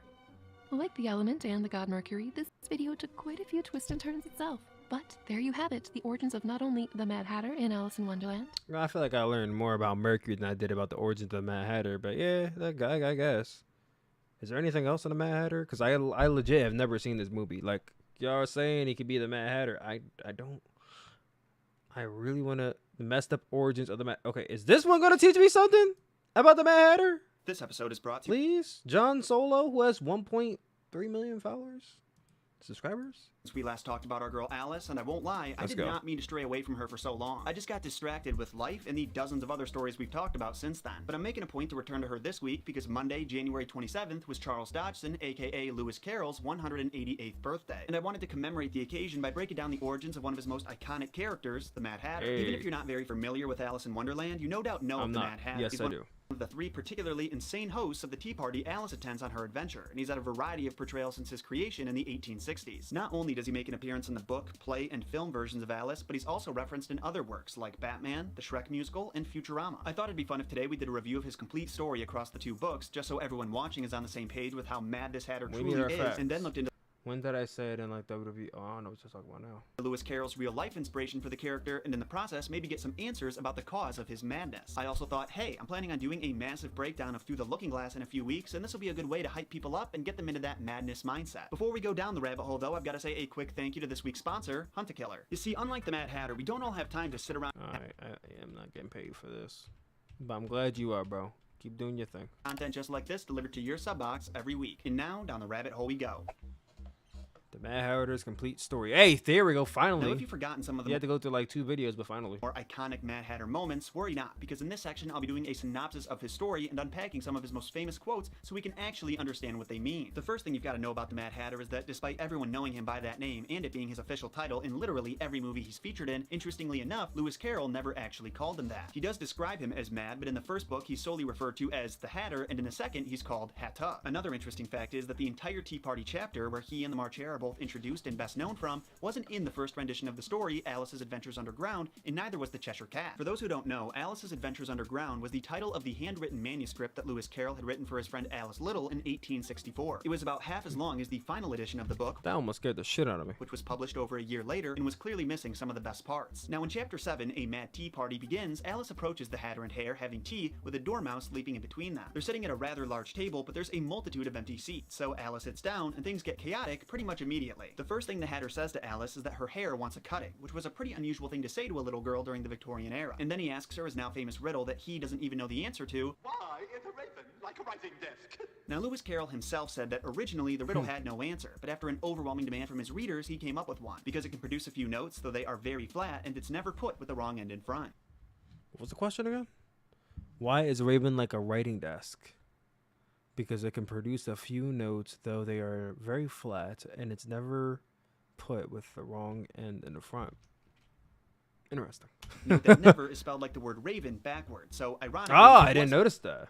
Interesting. put with the wrong end in front in that instance. Personally, I'm not a huge fan of that answer, so fortunately, a few others have been suggested as well. Because they both stand on their legs, they ought to be made to shut up. Edgar Allan Poe wrote on both, and they both produce notes, but neither are musical. What ensues is more chaotic conversation where the Hatter explains why saying what you mean is not the same as meaning what you say, and where we learn why he thinks it's always tea time. Apparently, long before Alice visited Wonderland, the Hatter was singing Twinkle Twinkle Little Bat for the Queen of Hearts, a song that's actually sung by the mouse in the movie. While he was singing, the Queen said he was murdering the time, which clearly meant he was off beat, but the Hatter of course took it literally, and now he thinks that time is mad at him and won't change from 6 o'clock. Tea time. Eventually, Alice gets irritated with the Hare and Hatter shenanigans, so she leaves, but we see them again at the Knave of Hearts' trial in Chapter 10. The Hatter is called up as a witness, but he's not a very good one, so the King tells him to leave the courtroom, and he sprints out of there like his life depends on it. And that actually kinda did, because the Queen ordered her guards to execute him as soon as he was outside, but he was too quick for them and got away. His story then continues in Chapter 5 of Through the Looking Glass, where we learn he's been arrested for a crime he didn't commit. You know, I am curious if Bray Wyatt were to do this character and they're talking about 6 p.m., 9:23 p.m., I think is not too reflective of 6 p.m. because, you know, 3 hours to get from 6 to 9. We'll see. Yeah, according to the White Queen, who appears to be about as logical as the Queen of Hearts, he's being punished at the moment, his trial will be next week, and his crime will happen sometime after that. You might be thinking that doesn't make any sense, and that'd be because it doesn't, but in the land behind the mirror, everything seems to happen in reverse order. Apparently time also moves differently there, because the Hatter has been freed only 2 chapters later, and we see him working as a messenger to the White King alongside the Hare. Only curiously, they go by different names in this story. Hatta, spelled H-A-T-T-A, and Hare, spelled H-I-G-H-A. Don't ask me why he changed their names for this one, because nobody knows for sure. Anyway, all he does in this chapter is update the king on the status of the fight between the Lion and the Unicorn, and that's Destroying it? literally it. That's the Absolutely. end of his story. So now that you've been reacquainted with the Hatter and know all about his life from beginning to end, I say tea time is over, and now we should take a look at the real life inspiration for him and the underlying cause of his madness. The madness of the Hatters. When it comes to the residents of Wonderland, the Hatter is not necessarily more insane than anyone else, but one thing that makes him different than the other residents is we have a potential explanation for his insanity. For those who don't know, there's a reason that the Hatter and March Hare are partners in crime, and that's because around the time that Alice's Adventures was written, the sayings mad as a Hatter and mad as a March Hare were commonly heard around England. The phrase mad as a March Hare refers to the hyper-aggressiveness of male hares during mating season, which at the time many believed was only in the month of March, as opposed to the reality, which is 8 months out of the year. Those poor lady hares. As for mad as a Hatter, well, that requires a bit more explanation. Back in the Victorian era, workers in the textile industry were extremely susceptible to developing illnesses that affected the nervous system. In part, this was due to both starvation and being overworked, but it was also because of their being exposed to dangerous chemicals like mercury, which was used in hat manufacturing back then. Now I'm gonna list the symptoms of mercury poisoning, you know, just for fun, and you tell me if they sound familiar. Nervousness or anxiety, irritability or mood changes, memory problems, physical tremors, impaired motor skills. Yep, that's mercury poisoning. We were just watching a whole video on it. If you didn't learn in the last video, you're gonna relearn it again, damn it. And slurred speech. Mustard, yes, but mustard? Don't let's be silly. So yeah, I'm pretty sure the Hatter had mercury poisoning. Now admittedly, there are some symptoms that don't line up with his behavior, like excessive shyness and depression, so there's some people who dispute the claim, but I would imagine that every single symptom isn't going to be present in every single person who's got it. Regardless, even if the Hatter himself didn't have an illness, his behavior was almost definitely modeled off of people who did. You see, hat manufacturing just so happened to be the main trade in the city of Stockport where Carol grew up, so he had plenty of personal experience with Hatters, many of whom had mercury poisoning and exhibited symptoms of it. The trippiest thing about that though, many of the Hatters who were too far gone were sent to pauper lunatic asylum, and they were supervised by lunacy commissioners, which is a pretty awesome job title, might I add. One of these commissioners was actually Carol's uncle, Robert Wilfred Skeffington Lutwidge, and their relationship may have given Carol some insight on the behavior of the mad. It's also worth mentioning that Carol himself checked into at least one asylum in his lifetime, Surrey County Asylum, where for leisure, patients were allowed to put on plays and, get this, throw tea parties. When you take all of this information into consideration, I think it's safe to say that whether or not Lewis had mercury poisoning specifically in mind when creating the Hatter, he did have his experiences with the afflicted to refer back to, and this no doubt influenced the way the Hatter turned out. There is one other possible source of inspiration for the character though, and that's a man named Theophilus Carter, who was also a bit mad. He was an eccentric furniture dealer near Oxford where Lewis attended school. Many people in the area called Theophilus the Mad Hatter because he often wore a big top hat and was considered a bit mad because of his eccentric personality and wacky inventions. For example, he invented an alarm clock bed that woke up the sleeper by tossing them on the floor. Because as everyone knows, the best part of waking up is not Folgers in your cup, but breaking your neck and getting concussed. Some believe that this famous invention of his, which to no surprise was not popular, may account for the Hatter's obsession with time in the story, because remember, they had some beef. When it comes down to it, it's impossible to say for sure where this strange character came from, but those are what I and many other— Well, I mean, time is actually hinted at in the well, yeah, the Mad Hatter didn't like time apparently, right? Isn't time hinted at a lot here? Yeah, it is.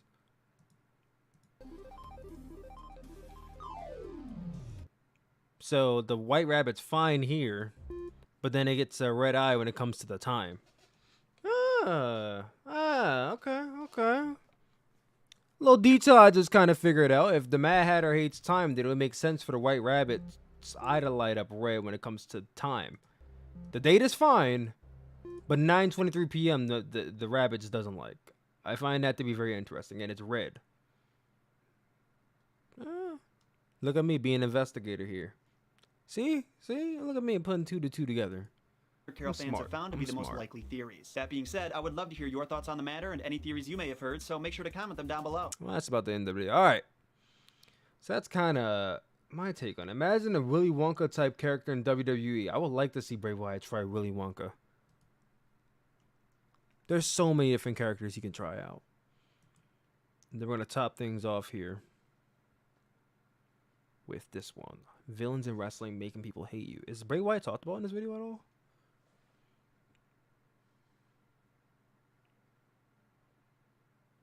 It is. I've never seen this video. It's December 27th, 1987, and Antonio Inoki is one of the biggest wrestling stars on the planet, and the biggest in his home Okay, it's the small details that matter the most. country of Japan. The chocolate factory is going to be amazing. I can't wait. Who's going to be in it? Who's going to be like Charlie? Who's going to be as Charlie? It can't be Alexa. Everything can't revolve around Alexa and Bray, bro. New Japan Pro Wrestling, was a forefather of mixed martial arts, and would later in life even negotiate the release of Japanese hostages from Saddam Hussein. Hero barely touches it. Inoki was an icon, beloved by the nation of Japan, and at this point was enjoying a winning streak that had gone on for 4 years. But tonight, he faces something different. The gigantic, Vader. completely unknown foreigner, Big Van Vader. And in the moments that followed, the audience at Sumo Hall would witness something horrifying as their icon is torn apart. Vader pummeling the national hero into unconsciousness, shattering his 4-year win streak, and all in just 3 minutes. The 11,000 fans in attendance were so enraged they'd reportedly set their cushions on fire and hurled them into the center of the ring, erupting in a riot so severe that New Japan would be banned from Sumo Hall for years. But none of that likely mattered, because tonight, what the promotion had done was create a monster in Vader, a true villain who for years would be hated by the people of Japan.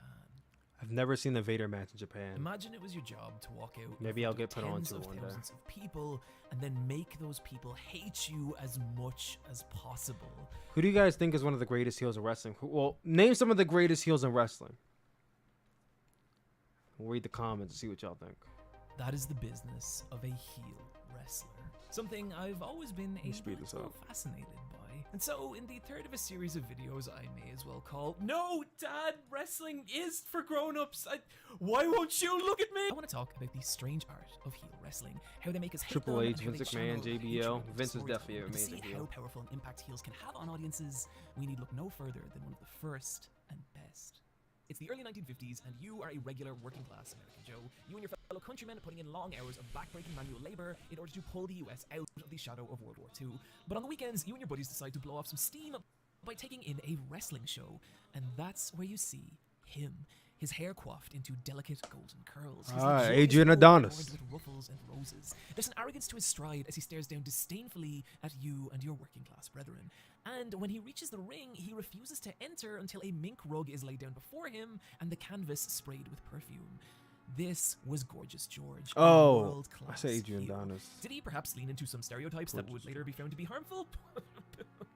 Yes, but was he a master at making the working-class America of the 50s despise him? Absolutely. He would cheat, he would hide behind his female valet, and he would refuse to acknowledge his own losses. The audience was so outraged after his first title win that he was swarmed and punched in the head. But if anything, that was only proof at how good a heel George was. Millions would tune in to watch a Gorgeous George match, to the point that he was instrumental in popularizing early televised wrestling. His impact could be condensed into a single piece of advice he gave to a 19-year-old Muhammad Ali, one that would echo not only throughout Ali's career, but through the entire future of wrestling. A lot of people will pay to see someone shut your mouth. That is this very... is the essence of heel wrestling. That is very true. That is extremely true. Do you know how many people watch wrestling for heels, for the bad guys? And we like the bad guys so much because eventually we do want to see these bad guys lose and see the good guys win. But that quote is very true. A lot of people will pay to see someone shut your mouth. Logan Paul faced Mayweather. You know how many people bought that pay-per-view just to see Logan Paul get knocked out? Not because they thought Logan Paul would win, but because they knew he would probably not win, and they want to see him get knocked out by Floyd Mayweather. So, like, that quote is very true, bro. To be nice or likable or anything, as long as the audience is booing, it doesn't matter how you got there. Become a terrifying clown, threaten to make people pay their taxes, tell people pollution is bad, or whatever Kurt Angle is going for here. I would like to talk to you tonight about something that gives your Olympic hero great joy. The joy of celibacy. Oh yeah. There is an incredible amount of creative freedom that comes with making people hate you, and that freedom. What are we doing? I just joined. We are watching Villains of Wrestling, making people hate you. Villains and freeing themselves from audience expectation that gave them the freedom to create characters that would go on to define their eras.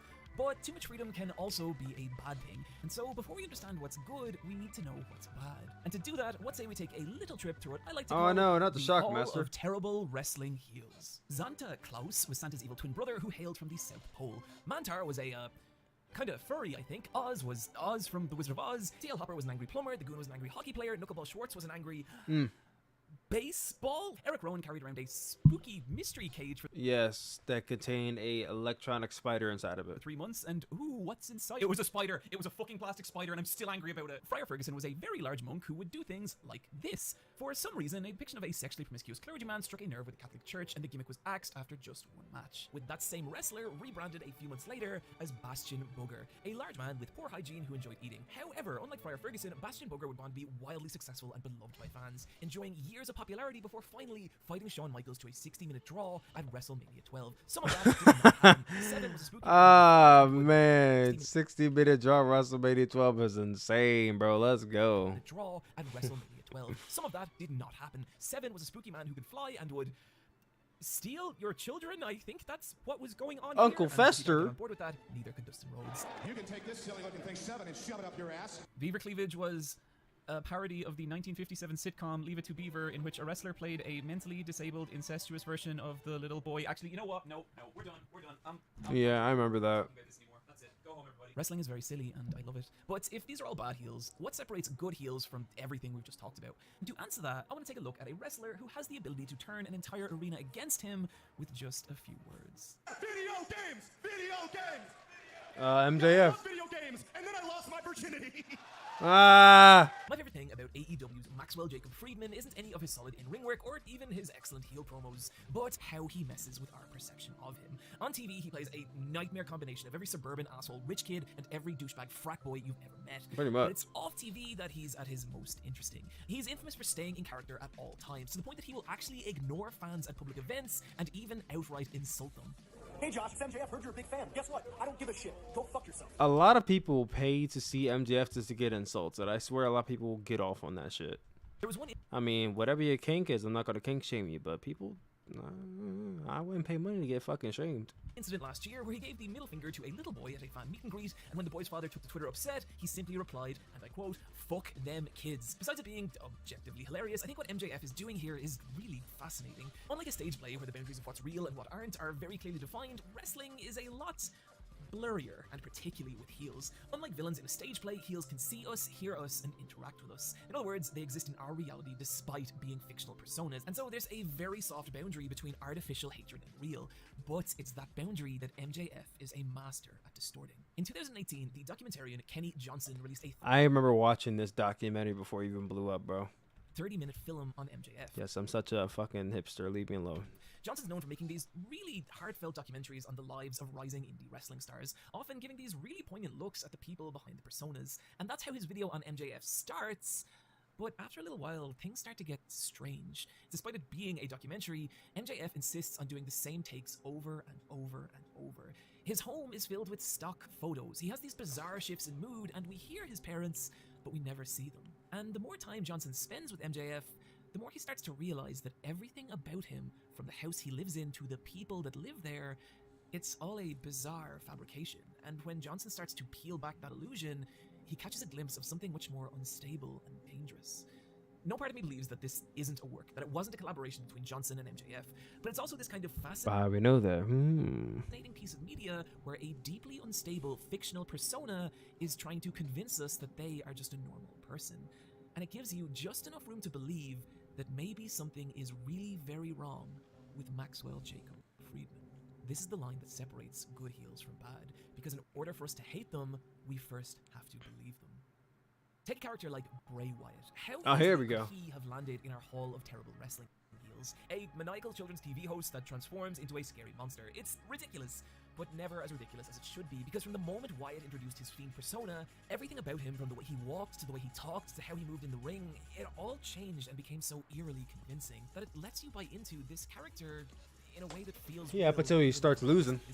Well, what if it was real? What happens when a heel crosses that boundary between fiction and reality and starts using real-life hatred? The Montreal Screwjob took place Oh, between boy. Bret the Hitman Hart and the Heartbreak Kid, Shawn Michaels. Two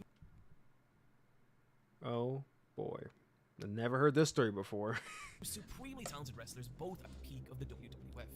The only problem being that they fucking hated each other in real life. Michaels had previously refused to drop the championship to Hart, and now Hart was refusing to do the same for Michaels, and especially in front of his hometown Montreal crowd. The problem, though, was that Hart was about to leave WWF for its biggest rival, and management could not let him leave the champion, and so a scheme was put in place. At this point in the match, Michaels has Hart locked in Hart's own finishing move, the sharpshooter, and the agreed upon finish between Michaels, Hart, and management was that Hart would reverse this into his own sharpshooter, submitting Michaels and giving up the belt the next night. But instead, the bell was rang at this precise moment, making it look like Hart had tapped out. Even though he Hart didn't. was beyond furious. He had been lied to and lost the title in the most humiliating way possible to a man he hated, and the Montreal crowd turned poisonous on Michaels. If you're a fan of wrestling, I'm sorry you had to hear this for the 12th time. Yes, if you're thank you. not, I need to drive home that this was all real and not part of WWF's fictional storyline. And so, years later, when Michaels returned to that same arena, the Montreal crowd still held a hatred for him that was so pure. And Michaels leverages it to do some utterly insane heel work, mocking the crowd, telling them how they would never see Oh yeah, he tried to bring up Bret Hart, and then he didn't. in a WWE ring again. When suddenly, Hart's music hits and the roof comes off the fucking arena as the people of Montreal wait for their hero. And they wait, and they wait, and they wait, and... Got your hopes up just a little bit, didn't I? absolutely nuclear heat. Real, genuine hatred towards a fictional character. But what if we take this one step further? What if that character wasn't fictional? What if that character was New Jack? Oh, To boy. understand New Jack, you need to know three things. One, he did not like white people. Two, he performed in front of the predominantly white, predominantly redneck audiences of Smoky Mountain Wrestling. And three, he delivered this promo following the horrific murder of O.J. Simpson's wife, Nicole Brown Simpson, and her romantic partner, Ron Goldman. I'd like to send a special shout out to my homeboy, O.J. Simpson. Keep up the good work, baby. 2 less, we got to worry about. You understand? Keep up the good work. New Jack leveraged racial tension in a way that is so uncomfortable to watch, but was so effective. The Knoxville, Tennessee audiences hated New Jack, but he thrived on that hatred. He loved drawing out the most extreme reactions possible, and it began to fuel his matches, which over the course of his career would grow more violent and unhinged, to the point that the staged violence stopped being staged at all. He viciously beat a 17-year-old boy so badly that the boy never wrestled again. He'd legitimately tried to kill a wrestler he had a dispute with, and at one point, when an opponent upset him, he took out a knife and began to stab him over and over and over. This is a violent person masquerading as a wrestler, and people could feel that. People were afraid of New Jack. And while honestly I find a lot of what he did deeply deplorable, New Jack does show that there are heels able to operate on a level beyond hate, fear. And to show you how powerful fear can be in heel work, we need to talk about No! You're not doing this to me. Fuck you. Fuck that shit. You're not about to catch me with this New Japan shit. I've been down this road before. Fuck that. No, sir. Fuck that. How far along do I gotta go? We are not doing this. Anybody in the chat that's been watching me since 2020 know the fucking hardships I went through in New Japan and TBS Sahi. We are not fucking doing this. We're skipping ahead. Fuck that. in-ring style Absolutely that not. knife right through the heart of world. Actually, you know what? I think TBS Sahi and Stardust starting to go. Yeah, no, fuck, nope. Skipping ahead. Even though Kagetsu's a good heel, skip it. New Japan. How did this guy not get his video taken down? What the hell? Good for him, but fuck that noise. All right, well, the rest of his video is New Japan, so forget about it. I mean, I might be able to get away with Kagetsu in Stardom. Maybe we'll do the Kagetsu part. But hell no, we're not showing New Japan.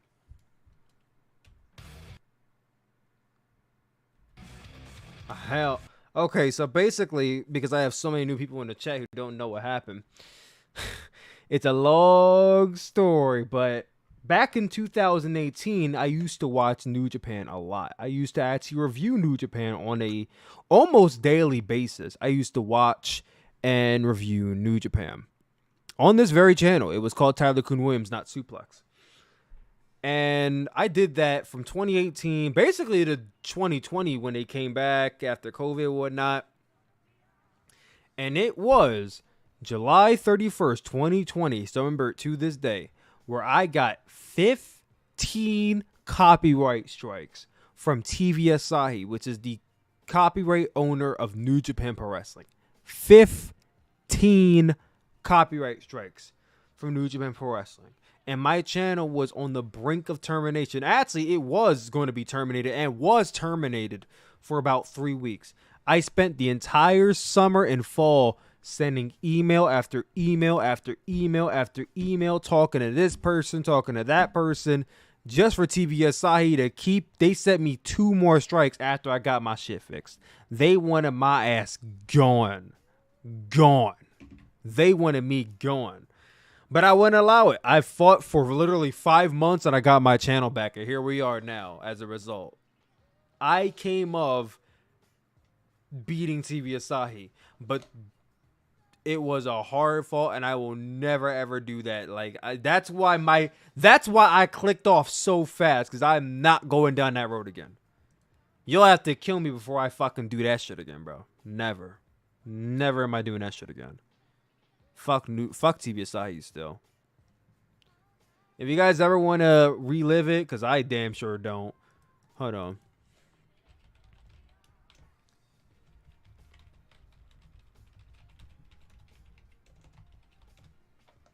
I damn sure don't want to relive it, but here's what y'all can do. Boom. Search Tyler Crew Williams TV Asahi. In chronological order, it's this video right here. Boom. Then it's this video, Content Pipe Bomb. Then it's Nuclear Fallout. And then Nuclear. That's basically the sequence of what happened. So you gotta watch it, and it's 4 videos. That's the series, okay? It's New Japan got my YouTube channel terminated. Then it's the Content Pipe Bomb, which is on the Sooplex YouTube channel. Then it's Nuclear Fallout, which is also on the Sooplex YouTube channel 22 years ago. And then it's the Nuclear Winter.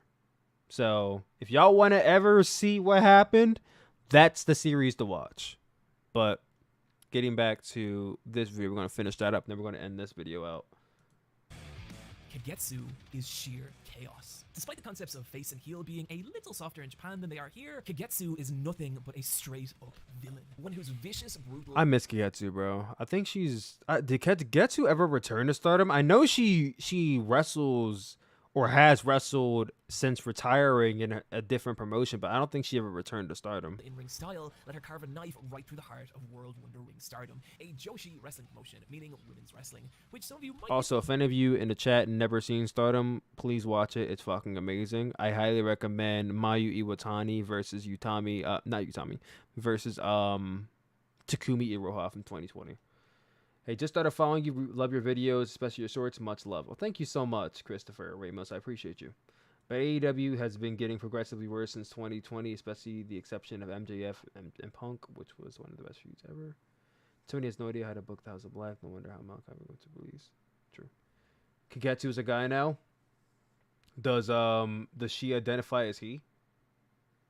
Well, I don't know if pronouns changed or not, but last I checked, it was she. If the pronouns are he, then please let me know, and I will call them by the pronouns, but last I checked, it was she. Be surprised to know it's one of the most brutal and hard-hitting wrestling on the planet, and of course, don't want to be disrespectful, but the last pronoun I remember was she, so. Kagetsu is the chaotic heel embodiment of that, as she dismantles her opponents with razor-sharp kicks, batters them with weapons, and spits mist in their faces. Nothing is off-limits to Kagetsu. At one point, she even made a running joke out of hanging her rival Mayu Iwatani from balconies and then kicking her downstairs. The moment Kagetsu became a true monster, however, came in 2017, when she took control of the heel faction Oedo Tai. And next to the prim and proper pop idols of Stardom, Oedo Tai were the freaks, the outlaws. Hazuki! Like Kagetsu herself, Oedo Tai weren't necessarily evil, they just didn't give a fuck what anyone else thought and were going to have fun at other people's expense. They'd humiliate their opponents, even performing elaborate dance routines, because who is gonna stop them? At one point, they even dressed up as... Yeah, he's trans. He wrestled at the last Hanakamura show. Okay, well, I didn't know Kagetsu was transitioning, so congratulations to him. The Straw Hat Pirates, which honestly has no relevance to any of this whatsoever, but... Like, I always knew Kagetsu was, like, butch, but I didn't know he was transitioning, so good for him. You're not confusing Kagetsu with Asuka, right? Not WWE Asuka, but, like, you know, the actual female Asuka who's, like, you know, trans. You're not confusing the two, right? Just making sure. It's cool. And over the next 2 years, Kagetsu, surrounded by Oedo Tai... Buddy Matthews versus Omega be fire? It would be. I'm still begging for Buddy Matthews versus Kenny Omega singles match. And Buddy Matthews versus Kota Ibushi. That'd be amazing, too. To the very peak of Stardom. Kagetsu ripping the world title away from Toni Storm, beginning a championship reign that would last 3 Yeah, the current AEW Women's World Champion was actually the Stardom World Champion. 90s, in which time Kagetsu would become the brutal final boss of Stardom, an impenetrable wall that any rising star would have to break through, but so few did.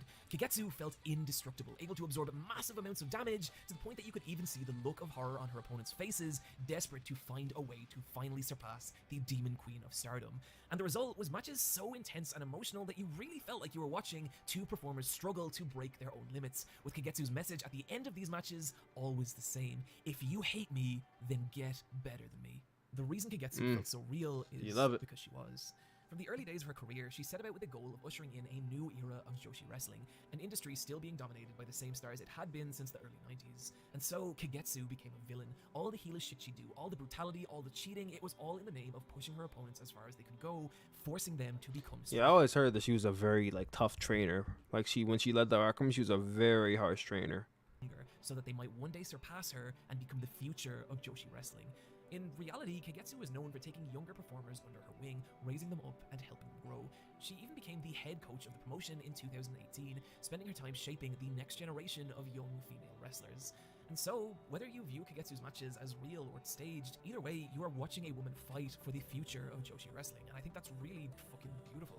Tragically, on Christmas Eve of last year, after an absolute war with her old rival Mayu Iwatani, Kagetsu announced that after 11 years of wrestling, she'd be retiring. And it's sad watching her retirement match as she takes on the entire roster of Stardom in a gauntlet. I remember that match. Slowly being worn down. I actually did a whole video, like, doing a reaction to it. Until finally, the invincible final boss of Stardom falls. I say tragic because what... Hey, it's Jamie Hayter in her Stardom form. Kills me about Kagetsu is that she's virtually unknown outside hardcore circles and particularly outside Japan, fighting for a much smaller great promotion because she's than actually any other really wrestler damn talks good. about, and because of that, I don't think she's ever reached the level of notoriety she deserves, meaning there's a chance that this video could be the most Western exposure she ever gets. Probably. So please, if you take nothing else away from today, remember Kagetsu. She deserves to go down as one of the all-time great villains in wrestling. Yeah, Jamie Hayter with black and now it's becoming obvious that heels can make us feel all kinds of things: anger, hatred, fear, hell, even love. But there's one final aspect of wrestling villains I want to talk about, and that is the heel turn. This is when a a good guy wrestler, falls to the dark side and becomes a heel. And if yeah, I remember right, that. It'd be such a powerful story. Hulk Hogan, but it's resulted in the NWO. And shocking moments in yes, wrestling. sir. And the last thing I want to talk about today. No, that's the exact fucking. This is the exact event that caused that shit. No, fuck that. Nope. That's the end of the video. That's the end of the video. I am not going down that fucking Dominion 2020 rabbit hole again. Fuck that noise. Nope. Nope.